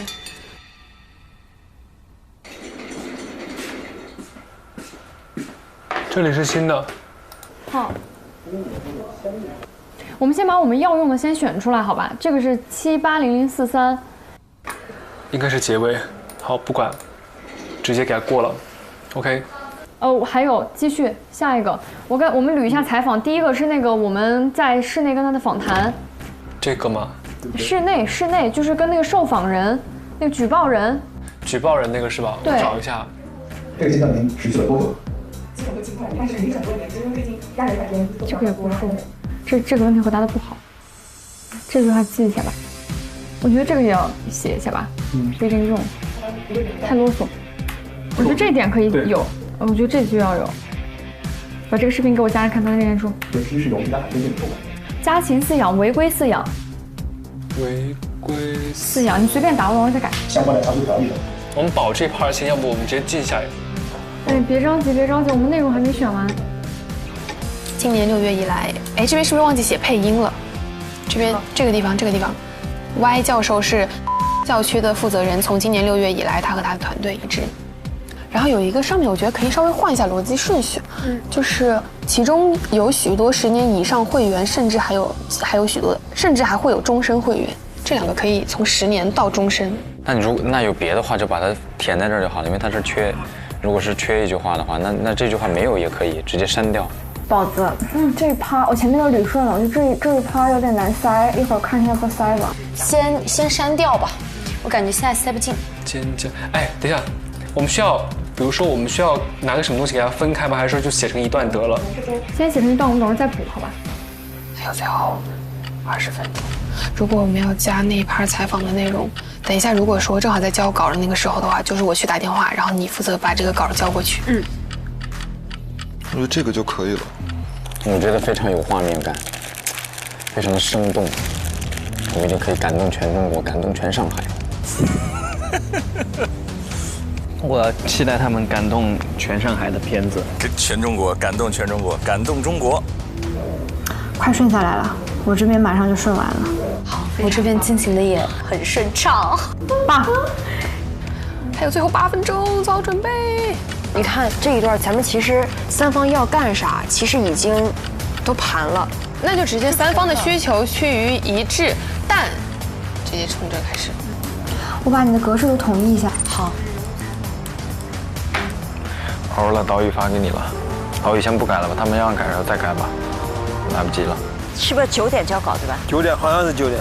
9点啊，到点了，他快别，先发一版。啊，等一下，看一下标题和那个小的有没有错别字。电梯渗水新闻稿。别待会儿过时了。好，这会儿发。直接发了。发给微信，发给张希老师。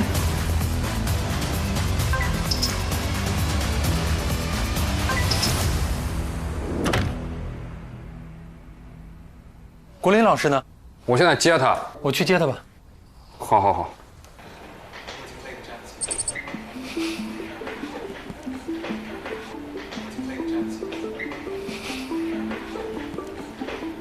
我来推。走吧。你的胡子都已经能看见了，明显有一天晚上没刮胡子的状态。啊，国林老师，国林老师，你好，小马，老师好，你好，大家好。我们到那边，给您到小会议室那边改稿子。好嘞，反正您看您跟哪组？你好，老师好。哪组有什么要交流的、想问的，到时候您就随时喊他们，好的，把他们叫过来。好的。稿子都完成了是吧？稿子都完成了，对。你看看这算不算完成吧？行，我先看看。您先看一下，反正纸质版的也有，您就在电脑上改好了。反正顺序您看先改哪个都可以。字号还可以，哎，可以。您先看哪个稿子？就按打开的顺序吧。我先看浏览一遍啊。好。鸡叫扰民非小事儿，暗藏交易与盲区。标题还是很新闻的。我感觉顺序应该不会给我们大改，我觉得要改的话就是改其中的一些。改细节。哎，糟了。现在我觉得老师应该会改挺多的。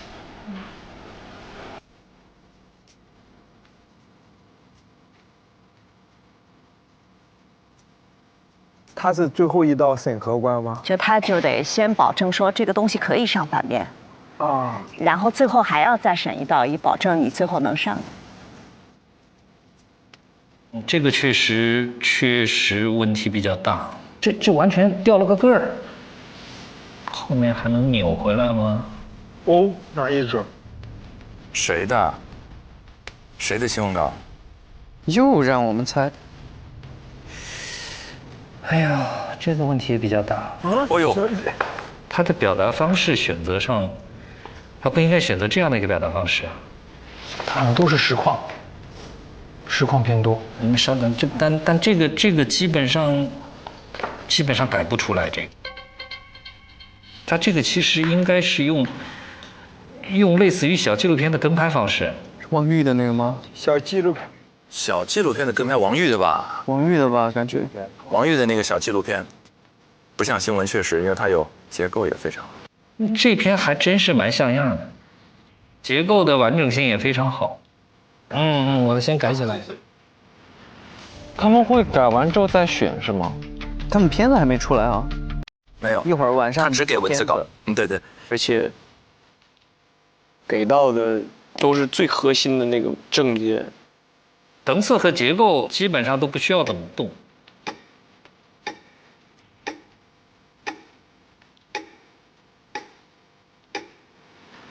我把这个要往什么方向去改，我跟他们说一下好了。行。玉林，你把诗文叫过来。诗文，到我们了，快走。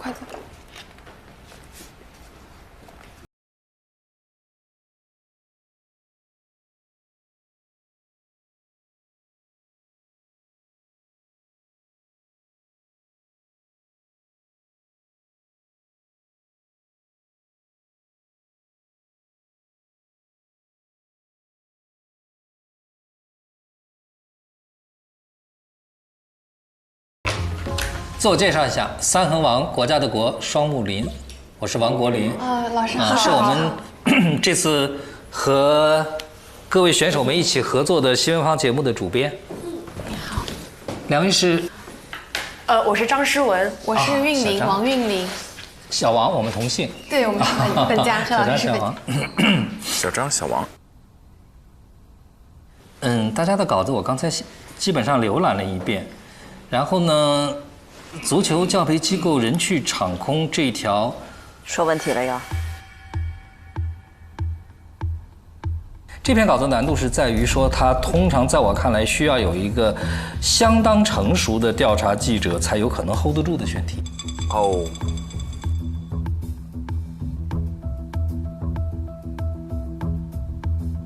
所以确实你们选了一个很难的一个选题。在最终的呈现的效果上来说呢，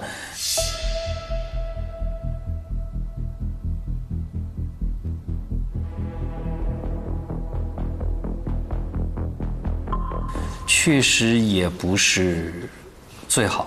国林老师还是一针见血啊，真的。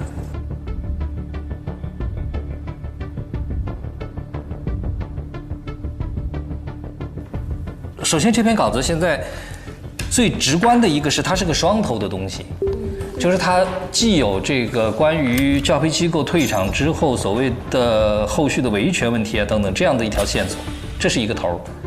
然后呢，这个还有一个头是，它似乎像是一个民间互助自济的这么一个解决方法，就是说我也愿意教，你愿意学。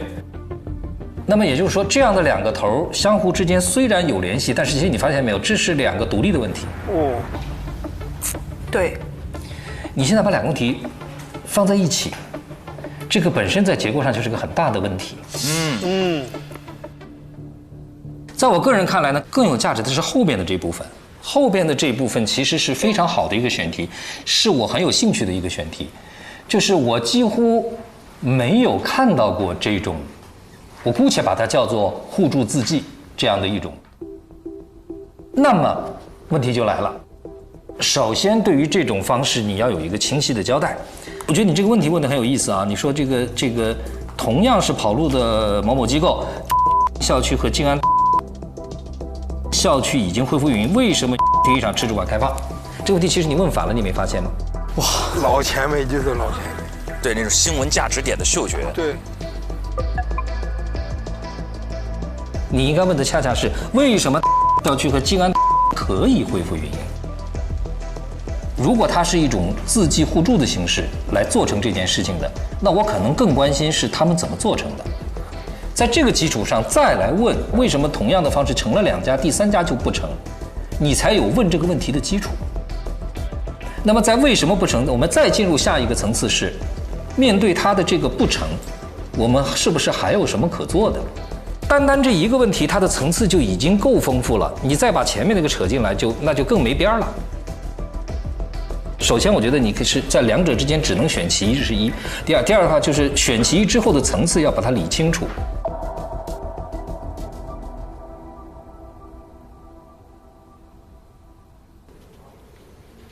好，那就先去把这个结构大动完了之后，再重新调整一下吧，好吧？然后再交回了一版稿子。好，抓紧。好，辛苦。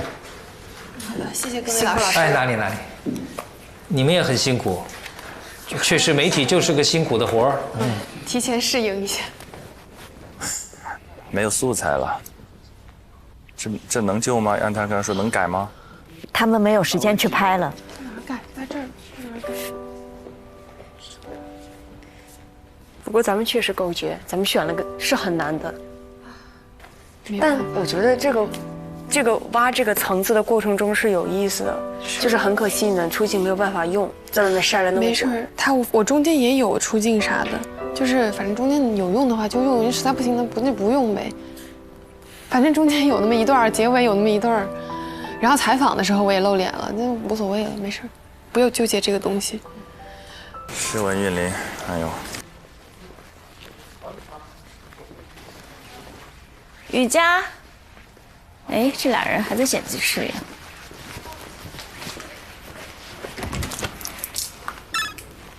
老师给你们改稿子。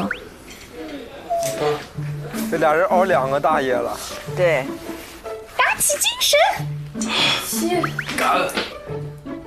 加油！我觉得待会儿改完之后啊，那个可以眯一会儿再开始剪，但是就怕一眯醒不来。昏迷了。走吧。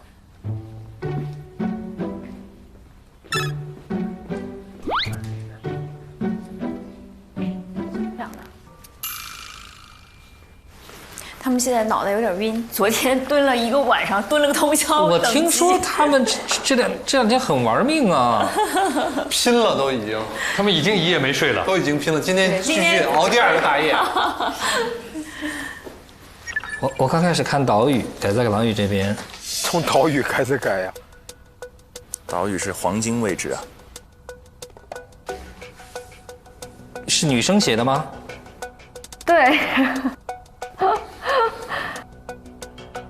这行文上就是能感觉到。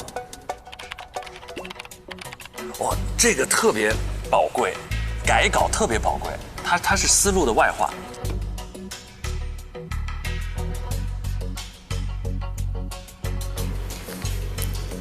先给你们宽心。老师说这个可以直接改，相对来说基础还可以，所以老师就直接改了。游戏，哇，你在这个岛屿里边使用了很多相对比较感性的表达，此起彼伏的啼鸣，划破寂静的夜空等等，我给你保留了。因为这个呢，就岛屿它实际上跟具体的主持人有很大的关联性，就是同样的词儿，划破寂静的夜空，我放在嘴里就不那么合适了。这还要看人，所以我姑且都给它保留这个。而且我们刚才说到，就是岛屿呢，因为它是主持人的口语表达，它比我们的正文部分其实是更随意一点，更加允许你有一些更加多元化的一些表达。那个执法人员的2段采访，我做了一个大幅的删减，城管只管门外，市监只管门内，就 OK 了。OK。你的这个现场守候是全片的亮点。哦，这确实是一个记者最应该做的事情。记者其实可以用一句话概括：代替观众的眼睛出现在现场。好了，这篇暂时就这样吧，也谢谢你们，都辛苦了。谢谢。好，我去叫下一组。哦，小的比较，哎呦，来，这个我们先选一下吧。我觉得这一组大有希望。这个，而且他们的素材那么丰富，还能剪错到哪儿呢？大幅删减是好删的，加才难。第一组就这个问题，他们加不了了，去不了，没有新闻现场了。我稿子给你俩啊。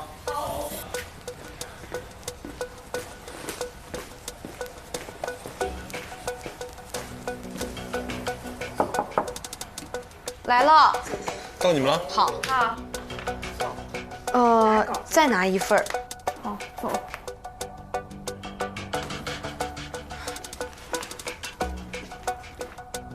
我看你们俩很精神。我们抓紧，我已经快不精神了。自我介绍一下，我是王国林，三横王国家的国，少木林。2位是？王主编你好，我是杨云卫，然后小杨，我叫庞征。对。哦，小杨、小庞，你们好。你们的这篇高龄电梯的稿子，这种肯定是好的，最好。是我目前看下来，在结构的完整性和流畅各方面来讲，以及最后落点等等方面，综合评判，我觉得是完成度最好的。完成度最好的一篇。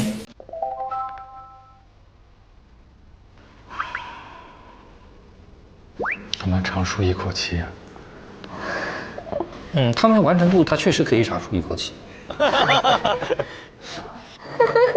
谢谢老师。我刚才跟陈婷在说，我说如果要是需要赶稿子很急的情况下，我只要在几个关键点上稍微动一下，其他东西哪怕我不改，问题也不是最大的。就是它没有原则性的问题了。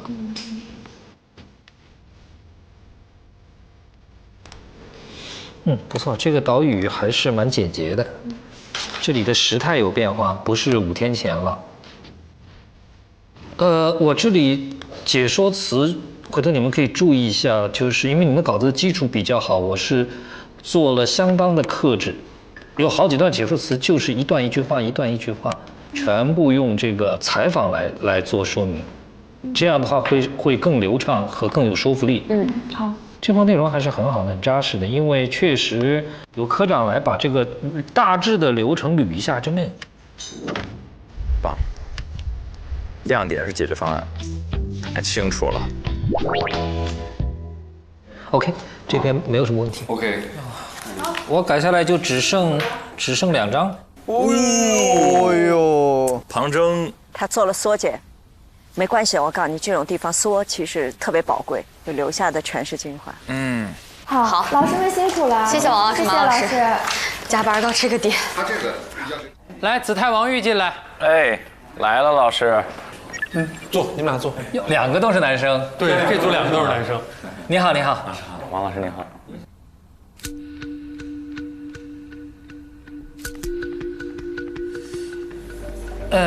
首先我想说的是，您2位选择的这个选题是个非常棒的选题，但是也是难度很高的选题。我不妨说，在这个4篇稿件里面，它是在难度上是数1数2的，呈现的结果并不好。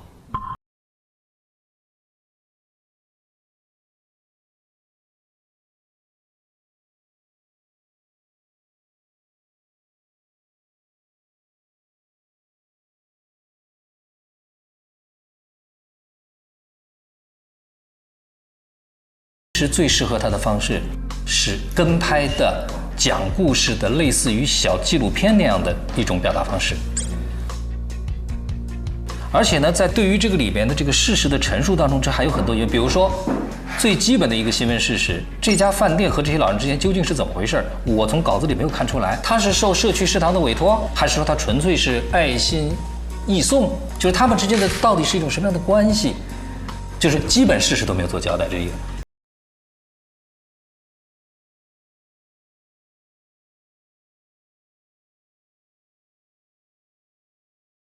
中餐、晚餐、早餐。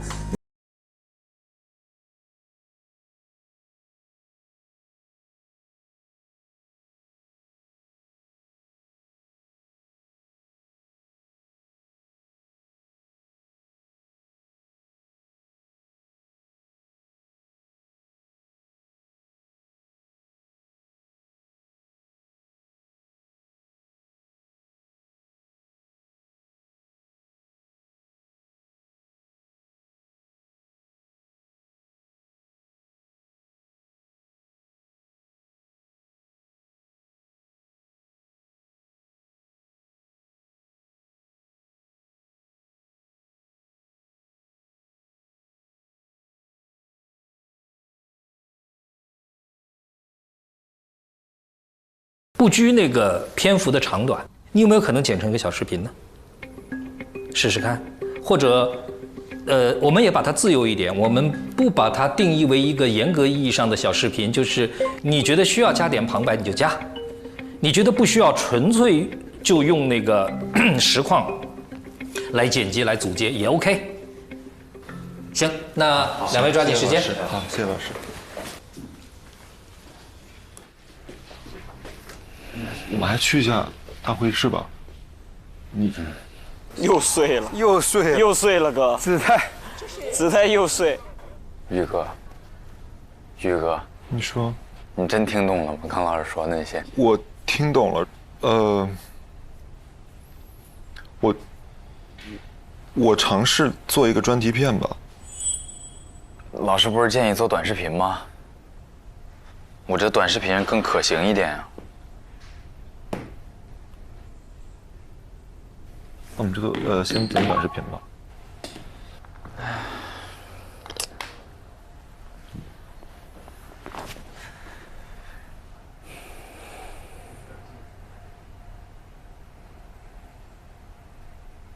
那个是马哥他爸是吗？姓儿都不一样。他怎么总说我爸？说我爸？欧爸爸。关林欧巴在帮你争取落实。关林欧巴就觉得就是你完全可以依照自己的想法来。哦，欧巴。国林欧巴，国林欧巴，他听的是国林我爸，你这空耳空的，跟智胜的那个空耳简直是有的一拼。你给我翻译一下，刚刚国林老师说的是他说的是啥意思？翻译。是这样，就是他觉得这个内容我们不应该做新闻报道，应该做一个专题片，就是记录这些老人们的一天，他们怎么反应，他们去怎么接受。内容方面，他觉得我们哪里说这个，就是他混乱的点就在于这个内容，它不是一个通过新闻的形式来体现温情的一个方式。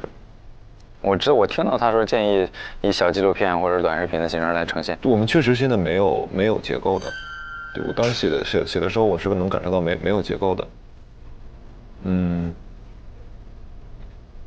就是这个东西它讲述的维度很多，然后可能我们一开始就把它想窄了。这样吧，那个明天不是10点半交吗？你现在有什么想法？在想，现在就你没有任何想法 ？Yes。你准备什么时候睡觉 ？I don't know。现在连切口都没有。就是这样的，就是短视频最后我们肯定会交的，然后 Yes。你如果没有想法，你可以先休息。我是说咱俩可以轮换着来。对，今天我就不回了。就是把这个东西直接剪出来。你现在有什么想法？你想从哪里？就是陈阿姨和她的这个，就是他们这两个是呼应的。就从红包那个角度来入手的话，就是两方都有采访内容，我们可以直接填进去。就是从红包入手，这个事要怎么展开？是这样，就这个陈老师是这样，她和她丈夫应该都是很高知的人。他们是从大概在20年左右开始去接受这个爱心餐，就陈老师他本身也是一个非常感性的人，然后在接受爱心餐的过程当中呢，陈老师他见证了很多的，不管是小马也好，还是送餐员也好，这些行为让他感动，然后让他非常感动以后，就一点一点的累积，以至于他特别想用一种方式来感谢这个马老板，然后呢，他就找了一天的时间，偷偷的跑到了这个小马哥的这个饭店，然后呢，让小马哥下来，然后把这个钱偷偷塞给了小马哥，但是小马哥还不要，就是这么一回事儿。对，然后他当时就是要给他下跪，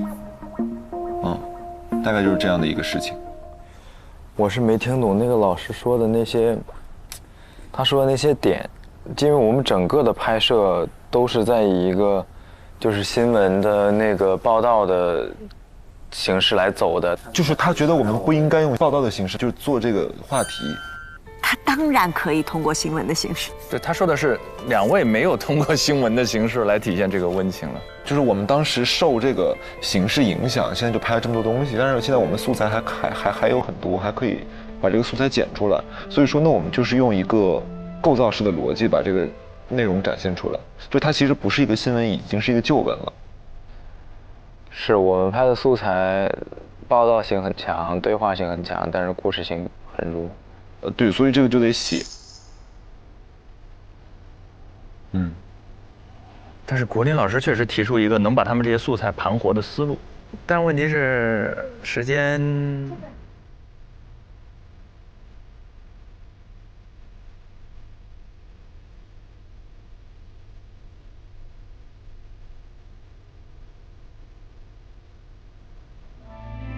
我们可以交俩吗？可以交2个短视频吗？他俩人要做两个片子啊做。你能想到短视频的剪辑吗？我觉得2个人未必能搞出一个像样的东西，不妨做2个，你按你的思路来做一个，可以啊，我按我的思路来做一个，可以啊，这样大家可以搏一搏，可以。OK。What？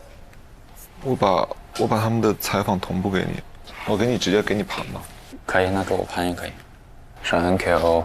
2个思路做2个片子，反正你小屏嘛，都可以咯。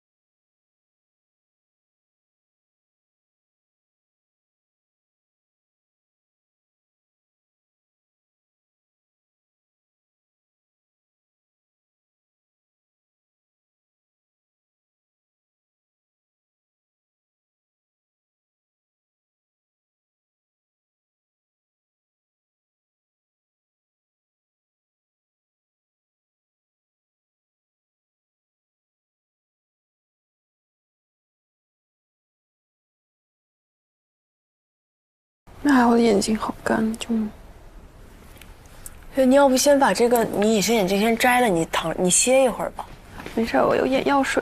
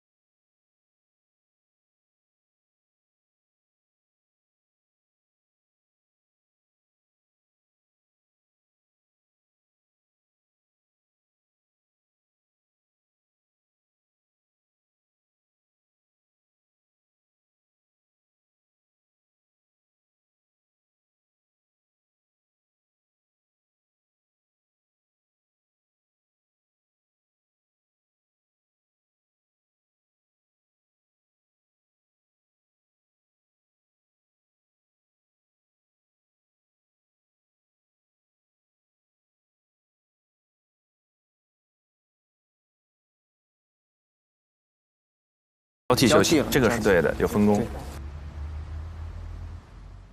哎呀，大家劲头可真足啊！我看这百事酷宝也一直在呢。百事酷宝，你也陪大家熬夜了吗？那必须呀！只要大家需要能量，我可是时刻在线，就像百事可乐一样，让大家感受到积极的能量。这次的时间特别紧张，哎，你告诉我，你有没有好好给大家加油打气？我就活力满满的喊大伙加油，拿出冲劲，放手去干，未来一定超精彩。然后再给他们递上一罐百事可乐，让大家信心满满往前冲。哟，还得是你啊！其实我也没想到，大家在这么紧张的一天中一下就能出片儿，真是太棒了。你觉得呢？可别小看渴望的力量，渴望就可能。来，咱们击个掌，一起给大家加油！必须给大家加油！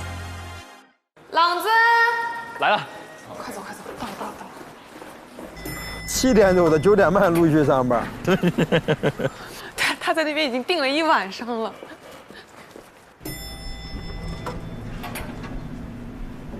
咋样，宇哥剪完了吗？剪完了，2个都剪完了。我发现他俩一旦分开，效率都能拉满了。我把我的发给你，看一下吧，看一下吧，看一下吧。你看看谁的更好一点，就教谁的。你看一下我的。 阿姨好，阿姨好，自己配的。哦，咱会看新闻短片。这是我们第2次来采访陈阿婆了。陈阿婆一家是最早一批收到爱心餐的老人们。有一次我住院了嘛，他说你需要盒饭吗？他说没人做饭了。我说需要，这么巧，我正好进去那一天，他正好来问我，缘分也是蛮好的。通过这样的方式就联系起来了。是的，这份爱心餐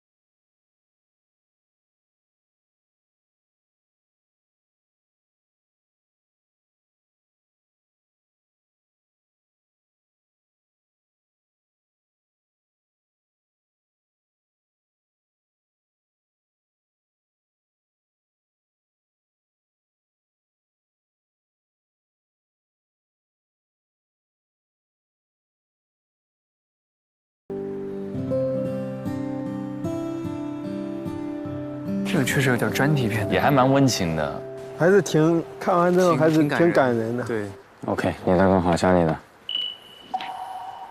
你有啥想法吗？那如果要交这个，你说改的吗？对，你的挺好的，交吧。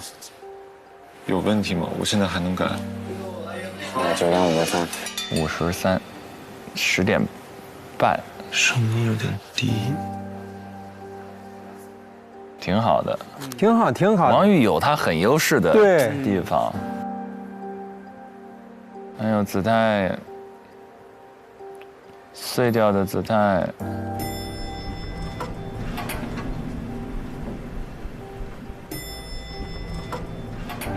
早 ，Hello， 忙完了。对，告一段落。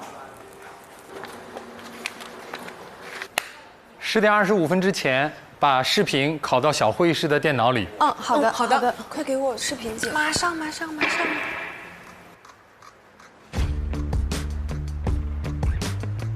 你俩咋样了？刚剪完。10点25分之前。哦，好。啊，子泰。所以子泰不交了？不，交还是不交啊？他肯定不交了。他们选的是说谁好交谁嘛。然后子泰的自己的都没播，他看完了他就，哎，好歹让我们看一看呀。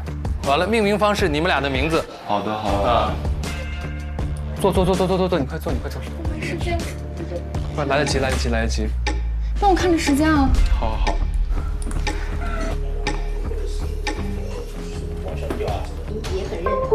你先把它放进去。改名。妈呀，怎么那么紧张呢，姐？哎呀妈呀！先过去倒了啊。19。OK 了吗 ？OK， 直接抱着你的电脑，咱们过去。好，我现在有点怕。可以了是吧？嗯，可以了。好。为什么？拿走。你先拿走，你先去交。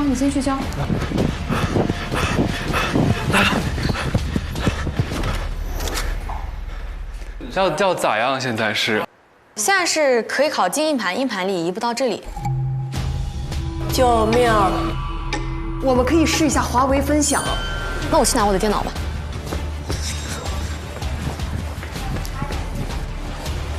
还没拷进来是吧？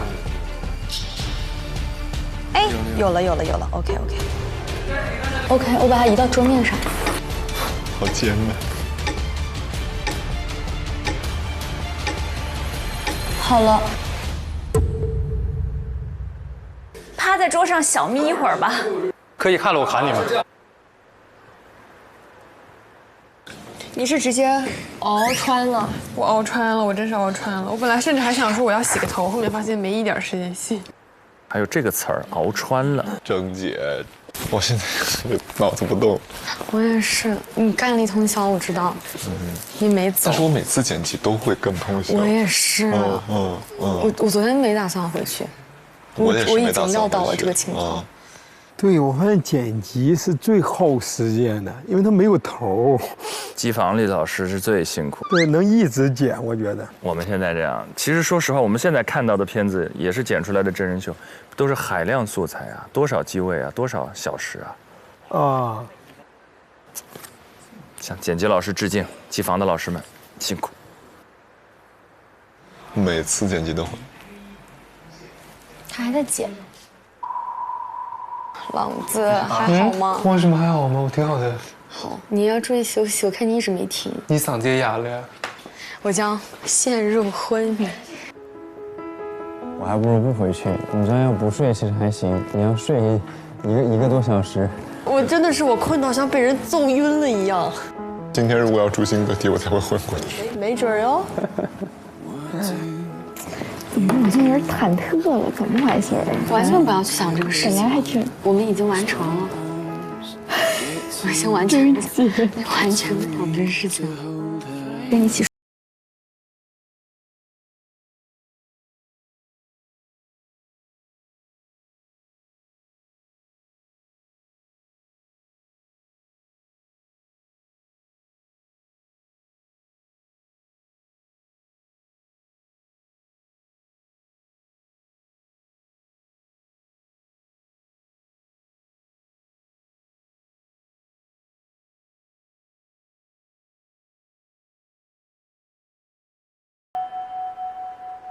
您两位选择的这个选题，在难度上是数一数二的，呈现的结果并不好。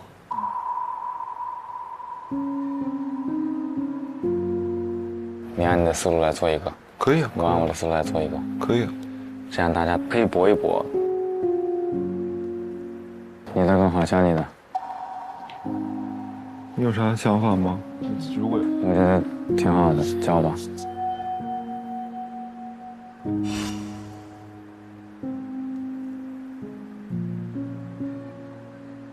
看一下，放一下姿态，是不是要弃权了呀？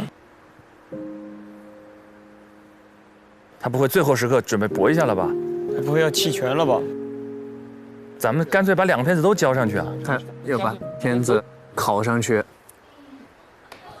老师，就是，因为我们提交了一版嘛，然后那个我们就以那个为准。但是我昨天也剪了一个那个短视频版的，想给你们看一下。可以啊，可以啊。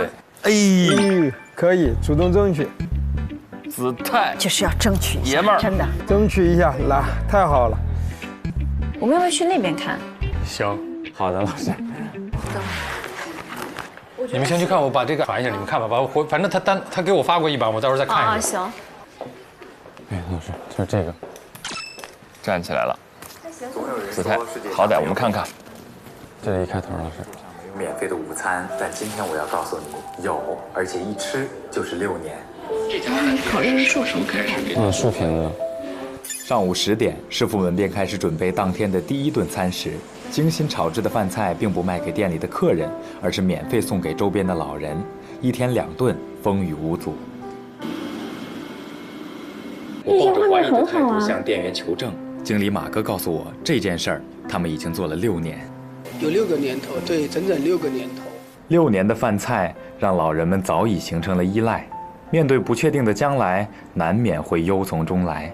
但马哥给了我们坚定的答复：只要我们开着，我们的老人们就有饭吃。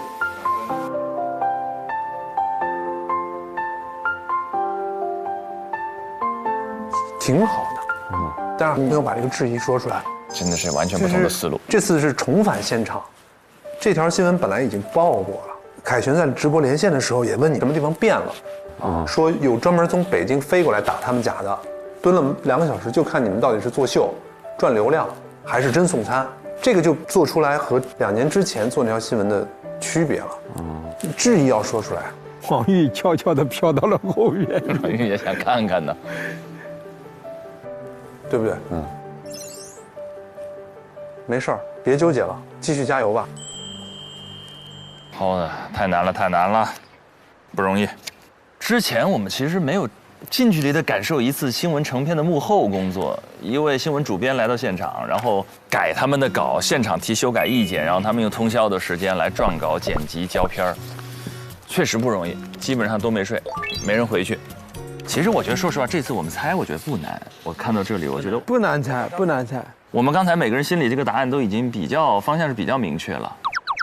对，这个过程中，我其实被他们整个的大家所有人的那种集体的剪辑的过程中展现出那种精神啊，展现出来那种风貌，我觉得还挺感动的。就所有人在熬夜，但听全林老师说，这是一个非常常态的一件事情，对吗？全是这样吗？干新闻嘛，所以干新闻真的得你心里有这个劲头，然后身体也得有这个劲头。这个劲头不容易啊。来说说看，我们心里的这个猜测的对象，因为我们心里其实已经有了一个大方向了。但是要提醒各位，我们首先第一，我们要猜出有几条播出，这个答案可能是0，可能是1，可能是2，有3种可能答案。第二，我们还需要猜对排名。假设我们猜有2条片子播出的话，那我们觉得排在第1的是谁，排在第2的是谁？这么难的吗？这么难吗？我们又没看过。我猜一下，来了，先序。第1，半夜卖鸡；第2，危险电梯。哟，这是纯押韵。卖鸡单押 ，get， 那为什么卖鸡排在前面，电梯排在后面呢？刚才可是说电梯觉得最完整。新闻人的直觉罢了。我们先统一一下，我们觉得是这2条片，大家觉得还有没有人有其他意见？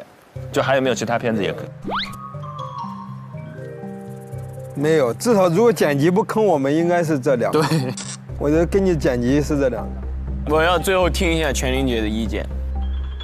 基本上，我觉得这2条事实清楚、内容丰富啊，我觉得这个是毋庸置疑的。对，就是它的新闻的底子是在的。是，而且还找出了一些我们并不知道的事情，比如说，你看卖活禽，有一个文件啊，说暂停活禽交易，但是你会发现监管部门现有的监管部门有一个管店外头的，有一个管市场里的，其实这种店里卖的，还真是个真空地带，所以前面那么多的那个去投诉，并没有起到很好的作用。这时候新闻媒体把执法机构叫到现场，批评教育，暂时解决了这个问题，但漏洞还在，所以这是新鲜的事儿。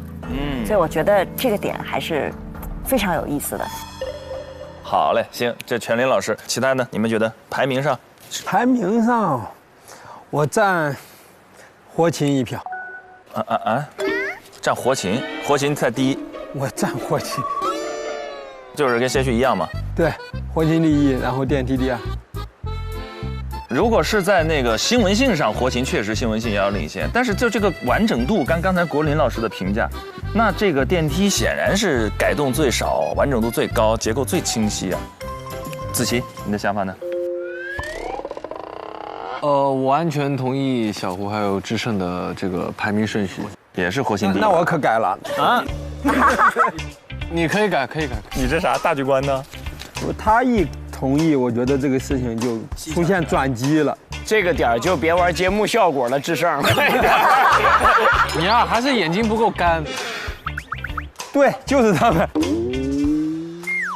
建林，我完全赞同大家的意见。就刚才国林老师的分析，我是真觉得那个电梯的完整度更高。他有没有可能是故意把这句话放出来迷惑我们的？你要遵从自己的内心，你更喜欢看哪条？我的天，你这么一说的话，我都感觉自己心跳加速了呢。因为国林老师也说了，你们的亮点在暗访。哎，我观众角度说一下，观众角度一定是那个活禽交易比电梯更好看，吸引眼球。你知道为啥吗？为啥？第一，所有的我们这是有数据支撑的，所有但凡有暗访的，收视率就会上升，都高。对，对。它有那种紧张和刺激。对。然后半夜暗访，数据还会提高。哦呦，我心跳都加速好几次了，朋友们。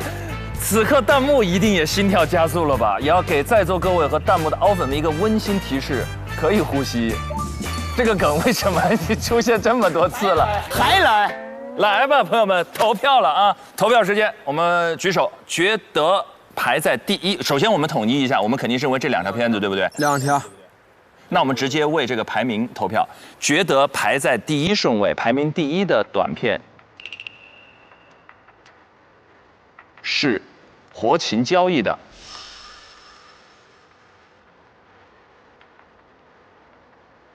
请举手。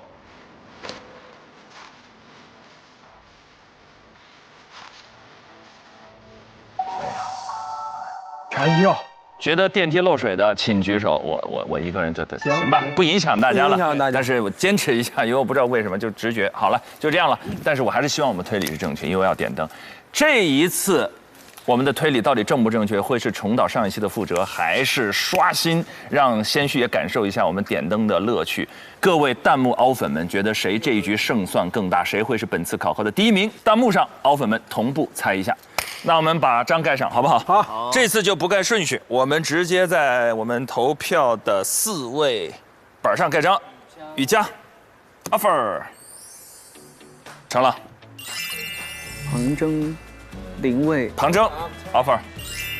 林蔚。冥冥之中，我觉得自有安排呀。这谁拍的呀？好有新闻嗅觉啊！点灯概率大大增加呀。好，来一起来看下段 VCR。咱直接鼓掌揭晓结果，然后点灯去吧。怎么样？这么刺激吗？来，我们一起看下段 VCR 揭晓结果。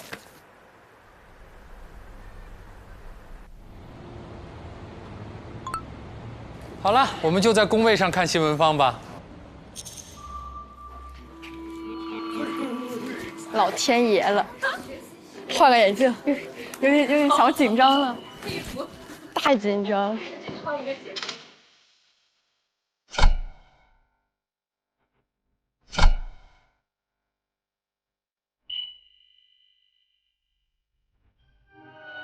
这个有可能是今天晚上会播的，是吗？就理论上讲，如果我们选的话，对，我觉得整个它拍得很温暖，而且我觉得是真实的温暖，我不觉得它假，这个很难得，这个非常难得。确实，从专业度的标准要求来讲，我觉得都还是跟新闻坊匹配的。我觉得他们还是落到了怎么帮助消费者，以及解决消费者问题的途径。我看的整体感觉就是它的完成度很高，时效性很强。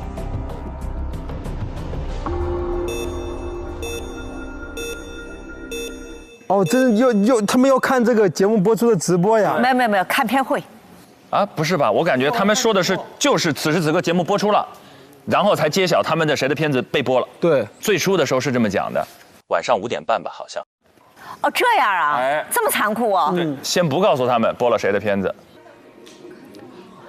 好了，20秒。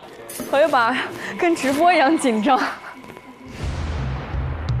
哎呦我的妈呀！第一次看电视这么紧张。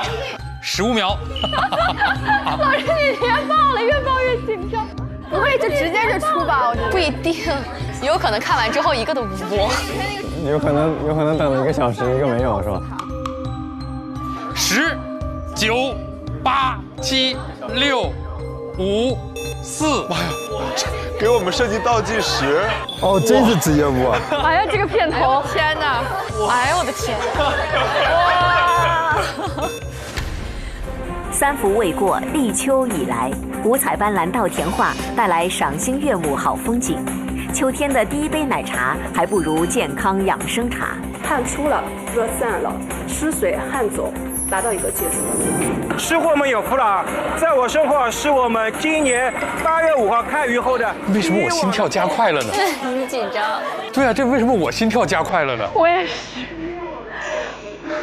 中午买点啥？还要陪我们看其他的。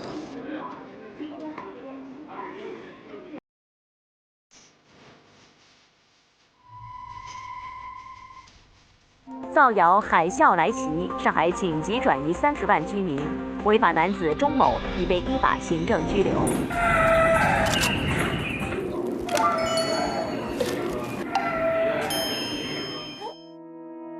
鸡鸣声出现，深夜暗访。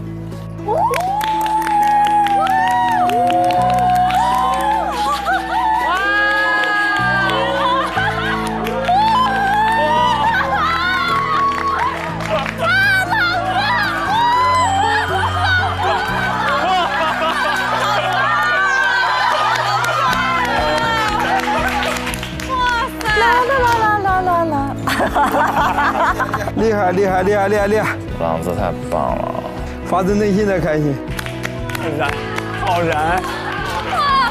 帅呀！确实出来这个从专业度的标准要求来讲，完整性、画面的丰富性，包括它的烟火气，跟新闻坊的贴近性，我觉得都还是匹配的。最像样的一个。我也同意，李雨佳和冯程朗这一组。同意，同意，同意。醉吧，醉吧！全票通过，太牛了！感觉我们要亮灯了。都进题要了！哇，开心！朗子太棒了！哎呀，太激动了！进题要没有额外加分啊！但是进题要很厉害。对，进题要就是第一名，我们对，我感觉中了。下一个，下一个，都能进题要。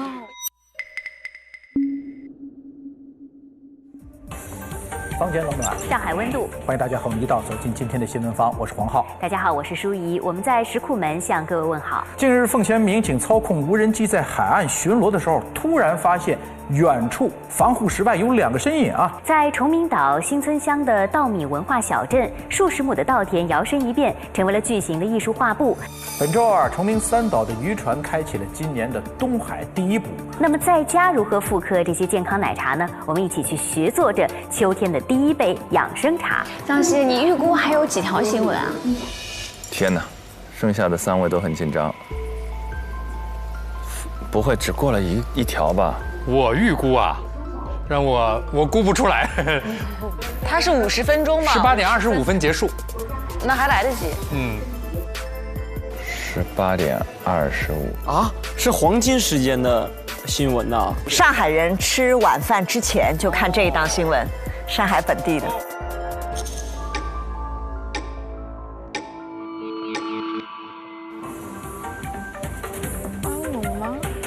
农业困难紧各港新闻坊来帮忙。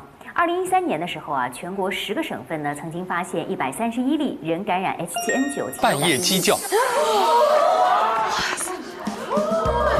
终于，来了来了，终于叫了。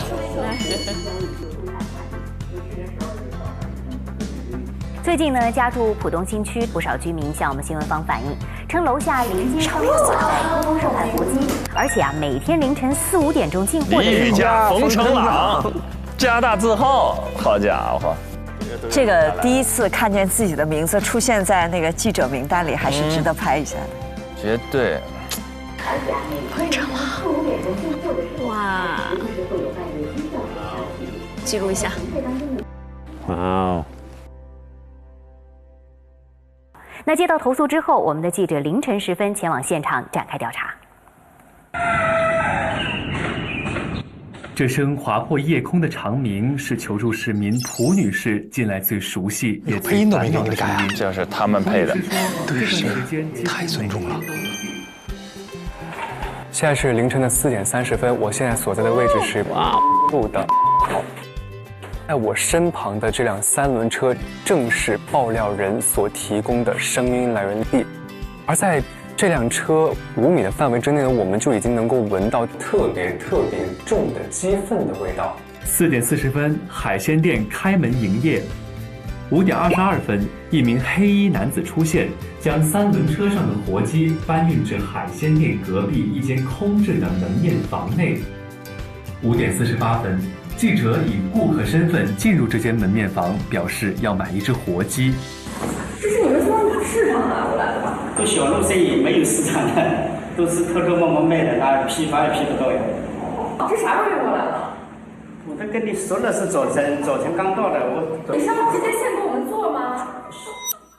大家提交的新闻片，我们会选出2组送给新闻坊节目，可能2组都播，也可能只播1组。我们接到居民投诉举报说你这边有一个存在卖活禽的情况，是吧？每天带几个？带几个？你是放在哪里卖啊？是？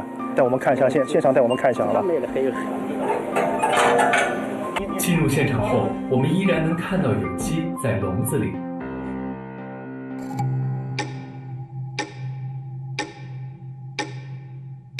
7分钟，下一组还7分钟还没上下一个呢？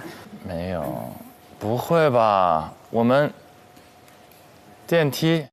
由于记者的介入，发生在海鲜店的活禽交易已被取缔。再来换一个话题啊，前段时间呢，上海一场暴雨啊，哎呀！电梯！哎呀，最后一条新闻，我的天哪！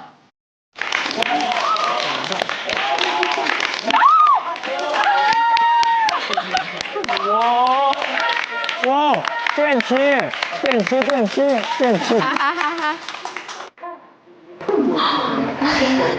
喜了！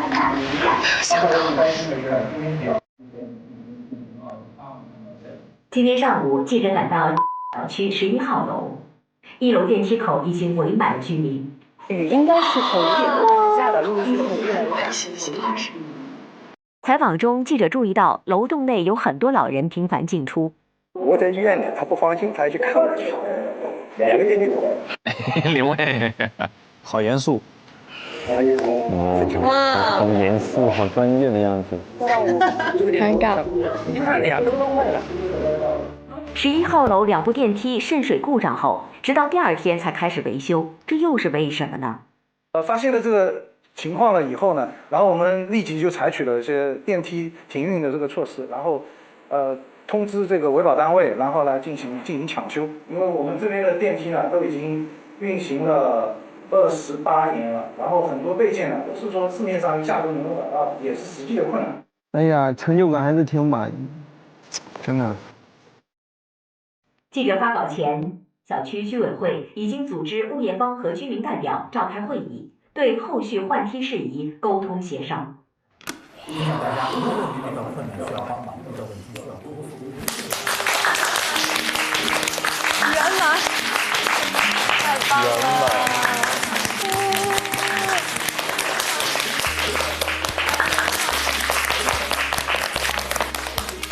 为大家感到开心。好了，送2条中2条，送2条命中率100%，太好了！恭喜！太好了，圆满！太好了，真棒哈！咱看着跟着看都高兴，跟着看都与有荣焉。祝贺这2条片子都顺利的播出了啊！虽然我们马跃龙老师和王国林老师不在这里，我觉得还是要特别感谢一下2位老师啊。马老师这2天全程陪同，大家的每一个片子几乎都操心。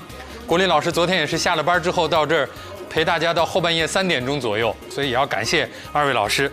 那刚刚马跃龙也给我发来了消息，就是我们送2条片子都播出了。那么这2条片子我们也说了，我们还是要有1、2之分的。那么根据总编室总体根据画面、稿件各方面的大家的表现评议下来，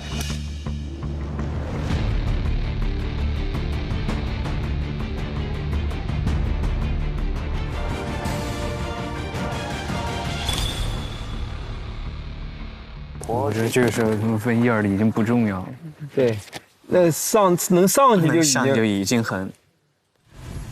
在活禽交易的法规中，他们的监管对象是市场主办方，而事件中的个体经营户并不属于市场的一部分。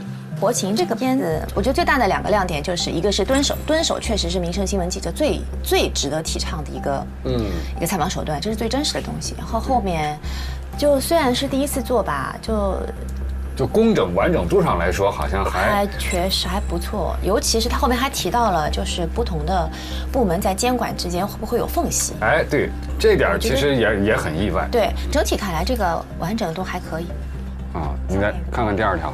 因为我们这边的电梯呢都已经运行了28年了，然后很多备件呢都是说市面上一下都能够找到的。整体看下来啊，这个片子也算是一个完整的片子，但是完成度和整体的逻辑铺排肯定跟上一个片子还有点差距，因为他所谓的28年的这个老电梯，他是在物业的采访当中一晃说过去的。对，说实话，尤其是电视播出和视频播出本身就是一个线性的问题。如果你没有注意到，你就不会 get 到我这个片子讲的是一个高龄老旧电梯。对，他得考虑到受众的信息的接收还有抓取，你可以反复的强 Q， 或者就反复的再交代。对。啊，当然，这是实习生记者，他可能确实没有办法会想到这么深。对于这个案例来说，也相对算是完整了。就是当然，活情的会比那个电梯的更好一些。那么根据总编室总体根据画面、稿件各方面的大家的表现评议下来，李雨佳和冯成朗组是第一。那么美人将会获得10分。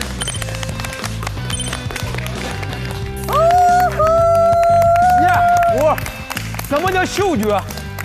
新闻嗅觉。新闻嗅觉。哎呀，被表演耽误的新闻人。不，我还是更爱表演一点。这不敢乱说，不敢乱说。下回踢馆不会是你吧？不会。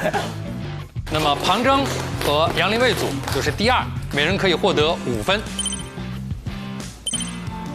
当然，这个好的我们说完了，并不是说没有问题。这个实际上今天版面上我早就知道这2条片子在，也早就知道你会在提要当中出现，因为我这本电脑上是可以看到串联单的。但是我们最后播出的时间，大家看是在整档节目的最后。原因是什么？就是在于片子要做修改，以至于修改的时间导致没有办法或者比较危险在原定的时间点播出。这个主要出现在你们2个的这个片子上。我建议你们回去之后，把这条片子的画面修改完之后的画面和你们自己的画面做一些对比。所以说我们还有进步的空间，也希望大家在未来进一步努力。好，那今天就这样，好吧？能回去好好休息就好好休息。睡觉真的是第1位的。太棒了！哇，好好休息！太棒了！好好睡一觉啦！哎，这个实习搞得不错，真的，太恋人了，每一步啊！哎呀，我们庞征看着可怜死了你。没有，你一定要赶紧回去休息。我完全没有想到这条会播，我觉得没白熬。我觉得它离播出还有很大的差距。我扭头一看到你这个样子，瞬间为你感到开心。今天一定要早点休息，好好休息。因为你后面还有别的课题，我发现了，接踵而来。哎呀，也发现，可好。我看这样直播时候我心里有底。但他那个片子的画面基本上全部都改过一遍了，我还再复盘一下。赶紧抓紧之后的吧，好好休息今天。好。你们那个也是特别棒。靠，我妹妹姐现在真是翻身农奴把歌唱啊，从零蛋一下子变成名列前茅。我也很开心。哎呀，第一次这么，我真的我都觉得满足的，他们的名字都很激动，好高兴啊！比我第一次，从来没有这么兴奋的看到过人出现在电视上。对，看到他们的名字真的不同，就觉得这个名字打在那儿好神圣啊！真的是看他们出现在电视上，好替他们开心啊！真的，又一次燃起了职业的神圣感。是的，不过这真的很难，我觉得民生新闻尤其难。对，因为我从来没做过民生新闻，我就觉得他们选的这都挺难的。对，不容易。但是我觉得李雨佳和冯成朗有一点最好的就是大段的现场，就是现场该有的都有了，这种就最鲜活了。就这个画面就赢了80%吧。出来也是漂亮的，完成度很好，太牛了！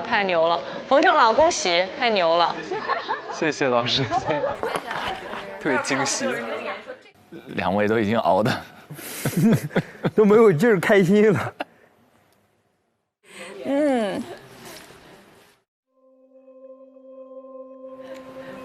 谢谢老师，谢谢老师。哎，我好为你们激动啊！我没激动。我全程录像了，我帮你们都录了。然后就是因为这个机位，为什么录？因为下面还有个镜子，所有人看的画面都在里面。哇！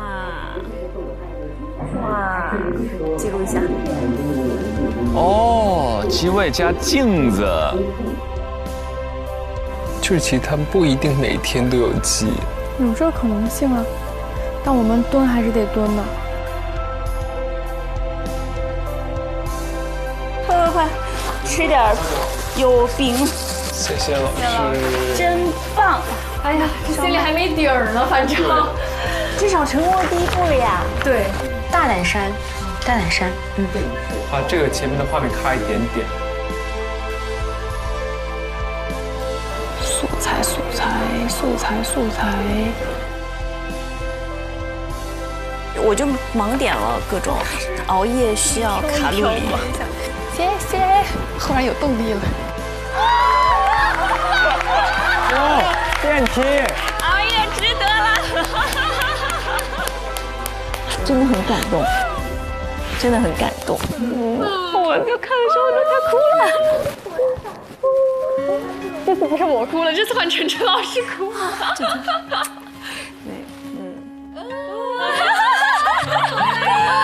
老师，你们都很棒，真的，第一次我都很难想象，因为我觉得这个是，哇，我觉得第一次就得要出镜剪辑，而且这么短的时间，真的。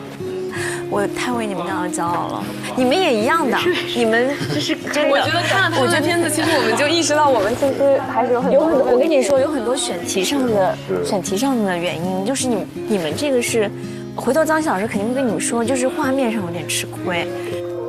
没有，我是感动，被你传染了吗？被我传染了。谢谢谢谢谢谢，好好睡一觉，你们现在需要睡觉，好好休息，好好休息。走了，玉哥，回去，眯了。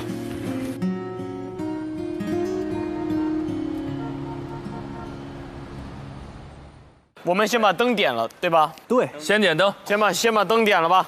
恭喜我们加油团推理成功，接下来让我们有请百事酷宝为我们点亮本季第5个渴望灯牌。耶！来，3、2、1，请亮灯。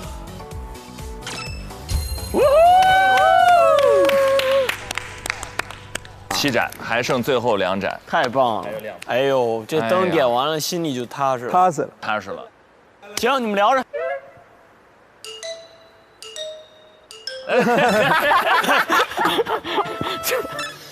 话题也只有一个了，非常踏实，开心的时刻。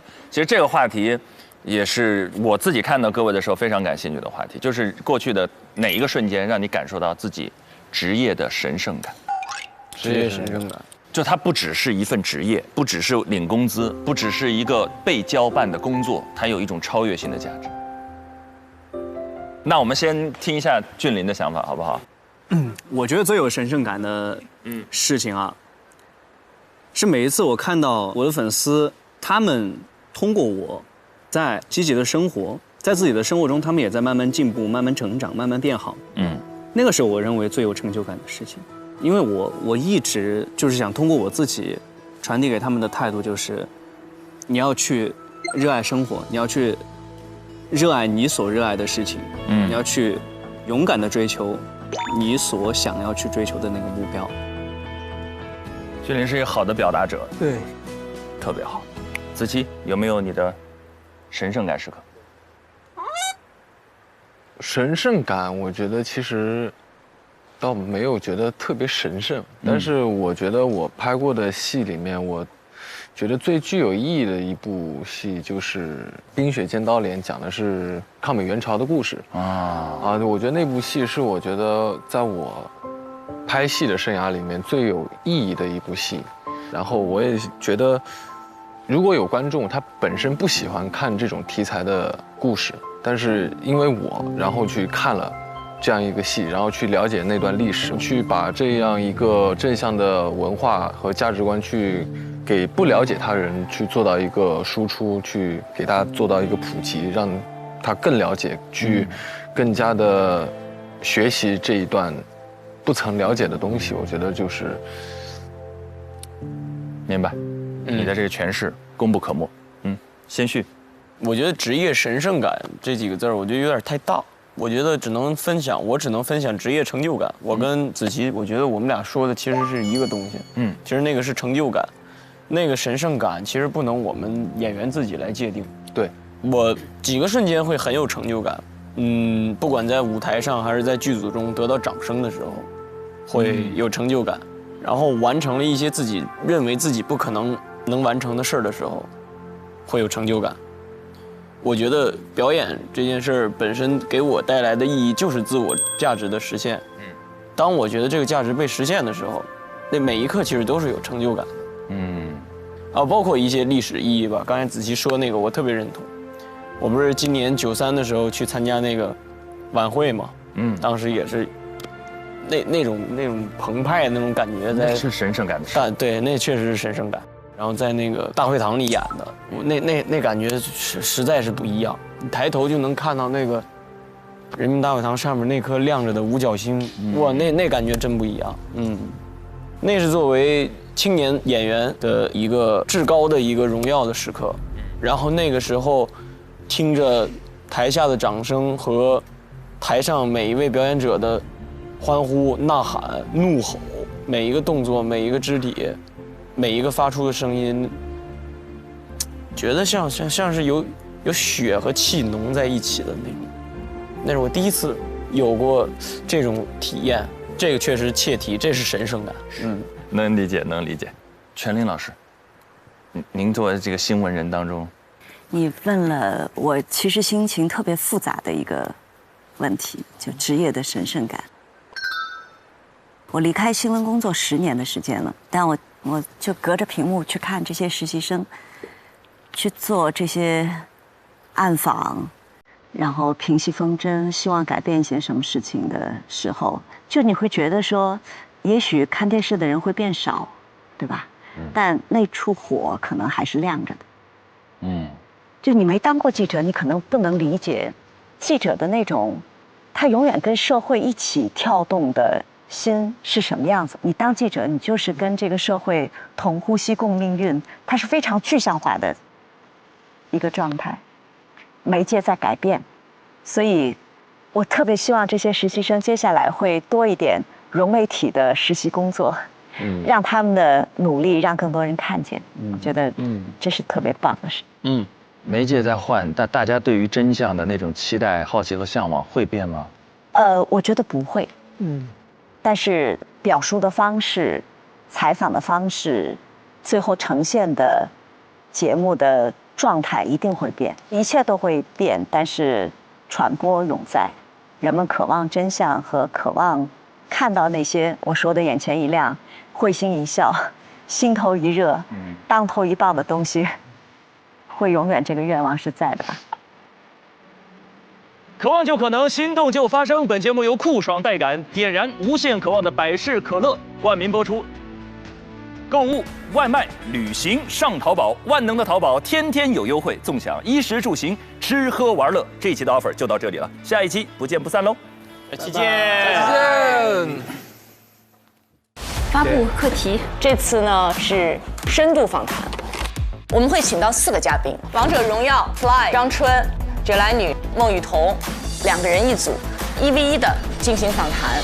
我对我们俩很有信心，无论是什么样子，我都信任你的呈现。都在酒里了，要交换戒指了，特别美好哈。我是我们共同的课题，我对这个课题很有信心。我也是，我心目中更合适的人选就是你。比心，就你去了，我觉得我们一定能赢。我带着我们俩共同的荣耀冲。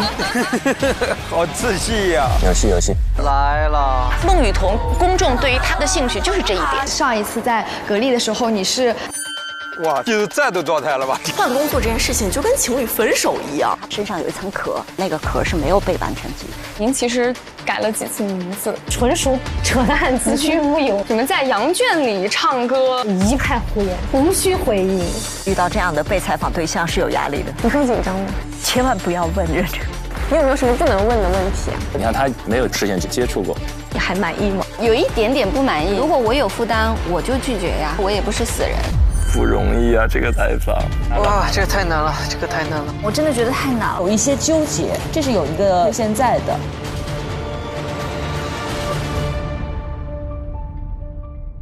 渴望就可能，心动就发生。本节目由酷爽带感点燃无限渴望的百事可乐冠名播出。好品牌，好价格，上天猫。本节目由天猫赞助播出。鸿蒙折叠电脑13英寸便携18英寸大屏，折展之间体验非凡。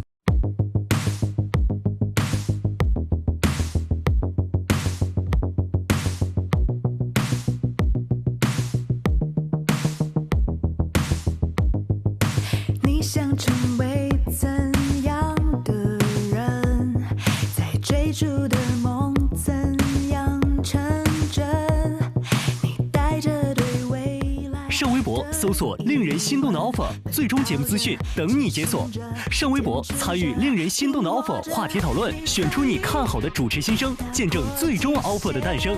上微博带话题令人心动的 offer， 分享出面篇名场面。更多节目精彩资讯尽在新浪娱乐微博综艺、新浪综艺。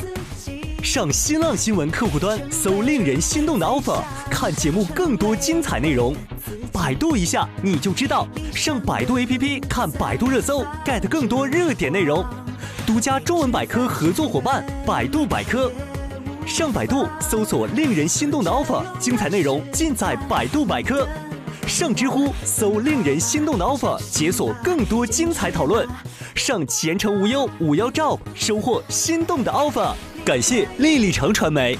如果你对内容行业感兴趣，欢迎在腾讯校招官网 join.qq.com 投递峨眉派专项，等你来实习。令人心动的 offer 尽在腾讯校招，等你来拿。每周3、周4 12点 SVIP 更新，19点 VIP 更新，会员抢先看一周。周5 12点 SVIP 抢先看加更版，19点 VIP 会员专享，看更多精彩内容。